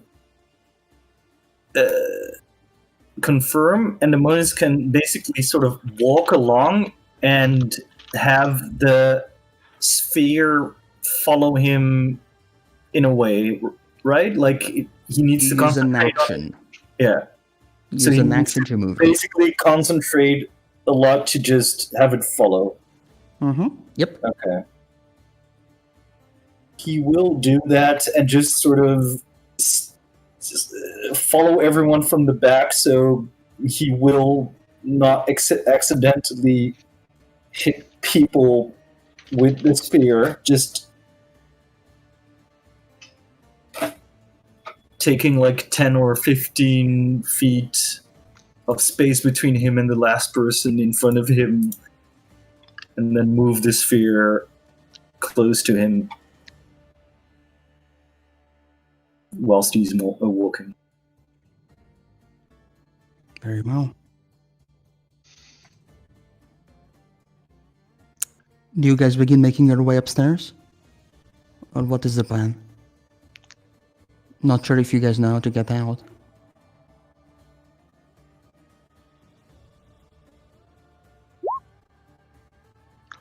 I'd back up for now. Mm-hmm. Yeah. Asterius is going to follow. With you make your way back up. You all do. Up the rotating staircase going hopefully outside. You reach the end and see no door. But with Vit's passive perception, it's easy enough to detect that this is a passage nonetheless. You are to simply walk through it or touch it, and you will be led outside.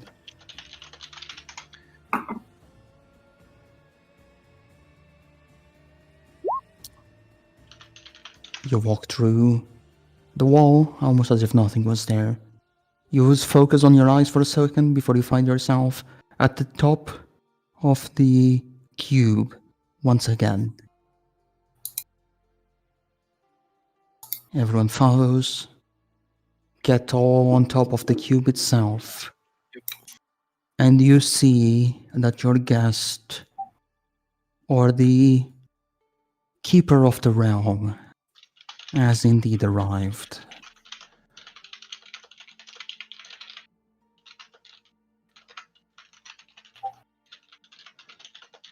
You see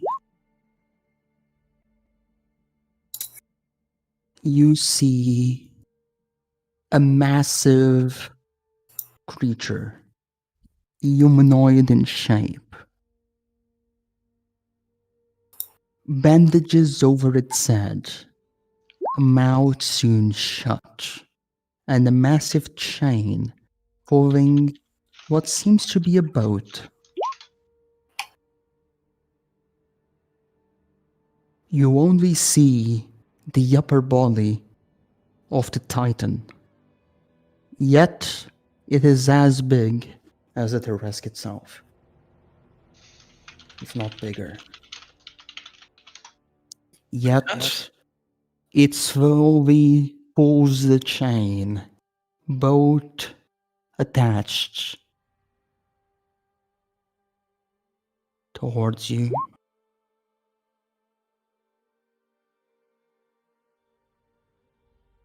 It doesn't seem, after getting into about the 500 feet range of the Outros itself, the Titan stops.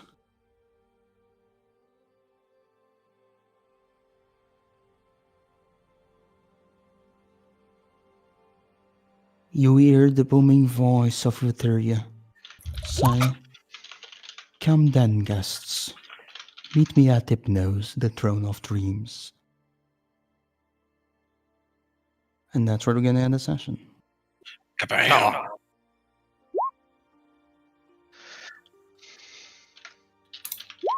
Very nice. You killed the Teresk. Ding. Oh, Yes, we we did. did. I will show you guys a picture. The Titan wow. pulling the boat. Oh. Nice. Cool. For comparison, That's crazy. this is how wide the boat is in a battle map, and that is Lutheria right there. And I'll show you guys the picture. So if 1 square is 5 equals 5 feet. That thing is big. Yeah. Much bigger than the Tarrasque. And you only see the upper body. But maybe it has really tiny legs. Skip leg day. One thing for sure. Its mouth was soon shut. And that can only mean one thing. Its It teeth didn't laugh. were falling out, and this is how he solved it. It didn't laugh at her jokes. Aww.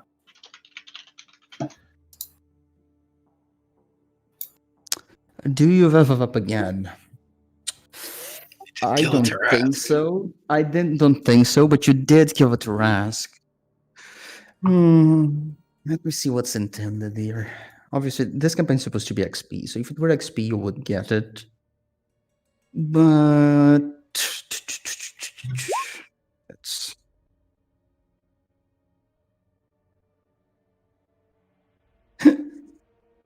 Andy's not level 20. He forgot how to be a level 20.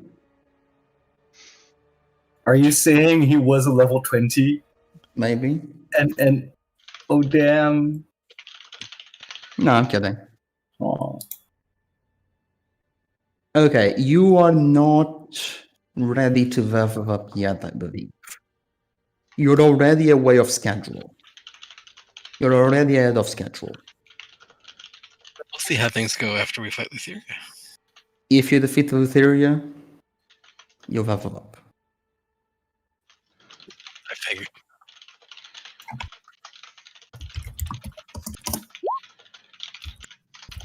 And now, I just want to call out Miru on one thing.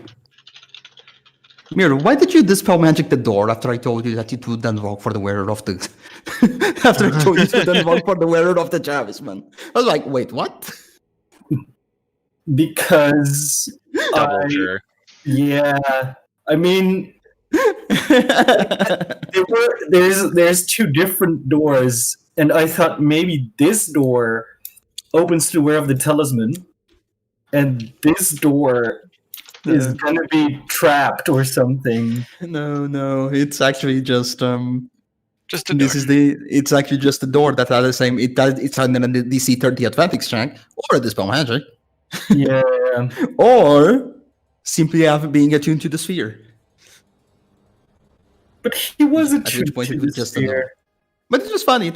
And you were not attuned to the sphere. You had the necklace on. You had not made your check yet. Oh, okay. You were attuned to the necklace. The necklace means jack shit. The only thing the necklace actually does is make it easier. I thought, okay, because I thought when Nope. he was wearing the necklace and attuned to the necklace, that would solve the door sort of. But then, No, for reference, this is then it the didn't. So I thought, okay, then No. some shady magic is probably going on. for reference. This is the stat block. I'm going to post it on. I'm going to post it on the. I'm going to post it on the Discord. This is the stat block that you attune to and you are now aware of. The sphere of annihilation, though, you don't know the particular details. Okay. Holy crap. But yes, that is what the Chavisman actually does. Technically, it can be controlled without. But it's more difficult. Yeah, first of all, you still need to make the DC 25 to attune to it. And fading Okay. is bad. Okay. So his minimum roll is a 21. So you have a failure possibility, yeah. Yeah. You have possibility of failure.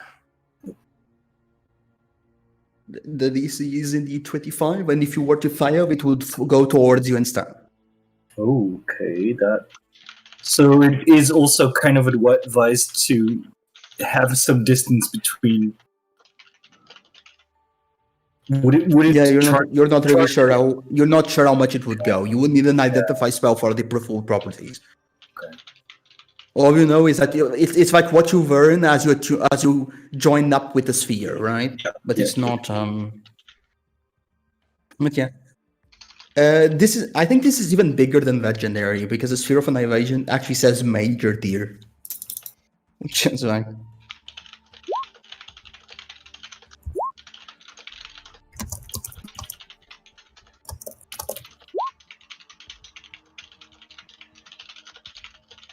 Yep, not gonna identify the thing. No one ever knows how this works, except for me. The important thing is it takes an action to move it. Yeah. That's all. That's the big bit. Yeah. It takes an action to move it. The DC is 25.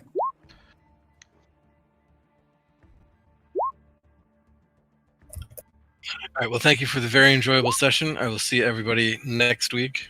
Mhm. Yeah, thank you for playing. Same here. It was enjoyable. Thank you. Yeah. See you later. I'm tired.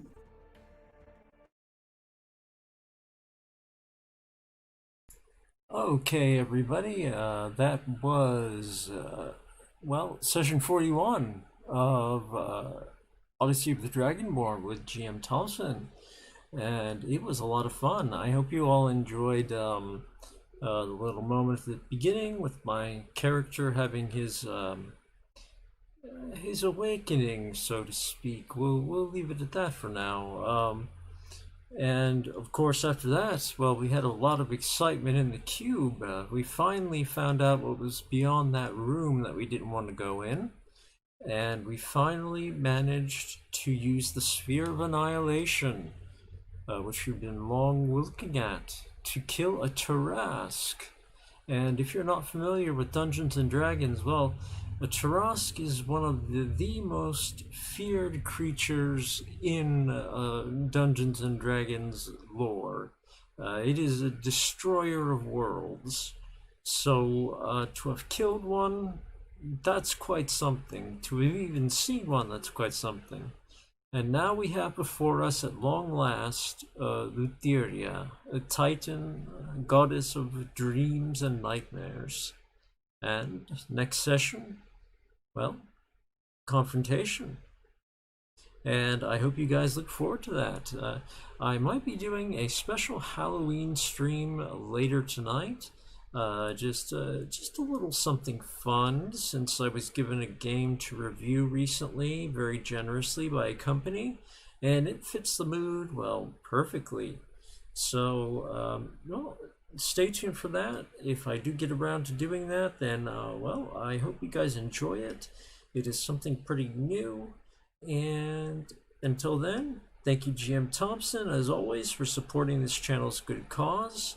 And I will see you guys later. Take care of yourselves and each other.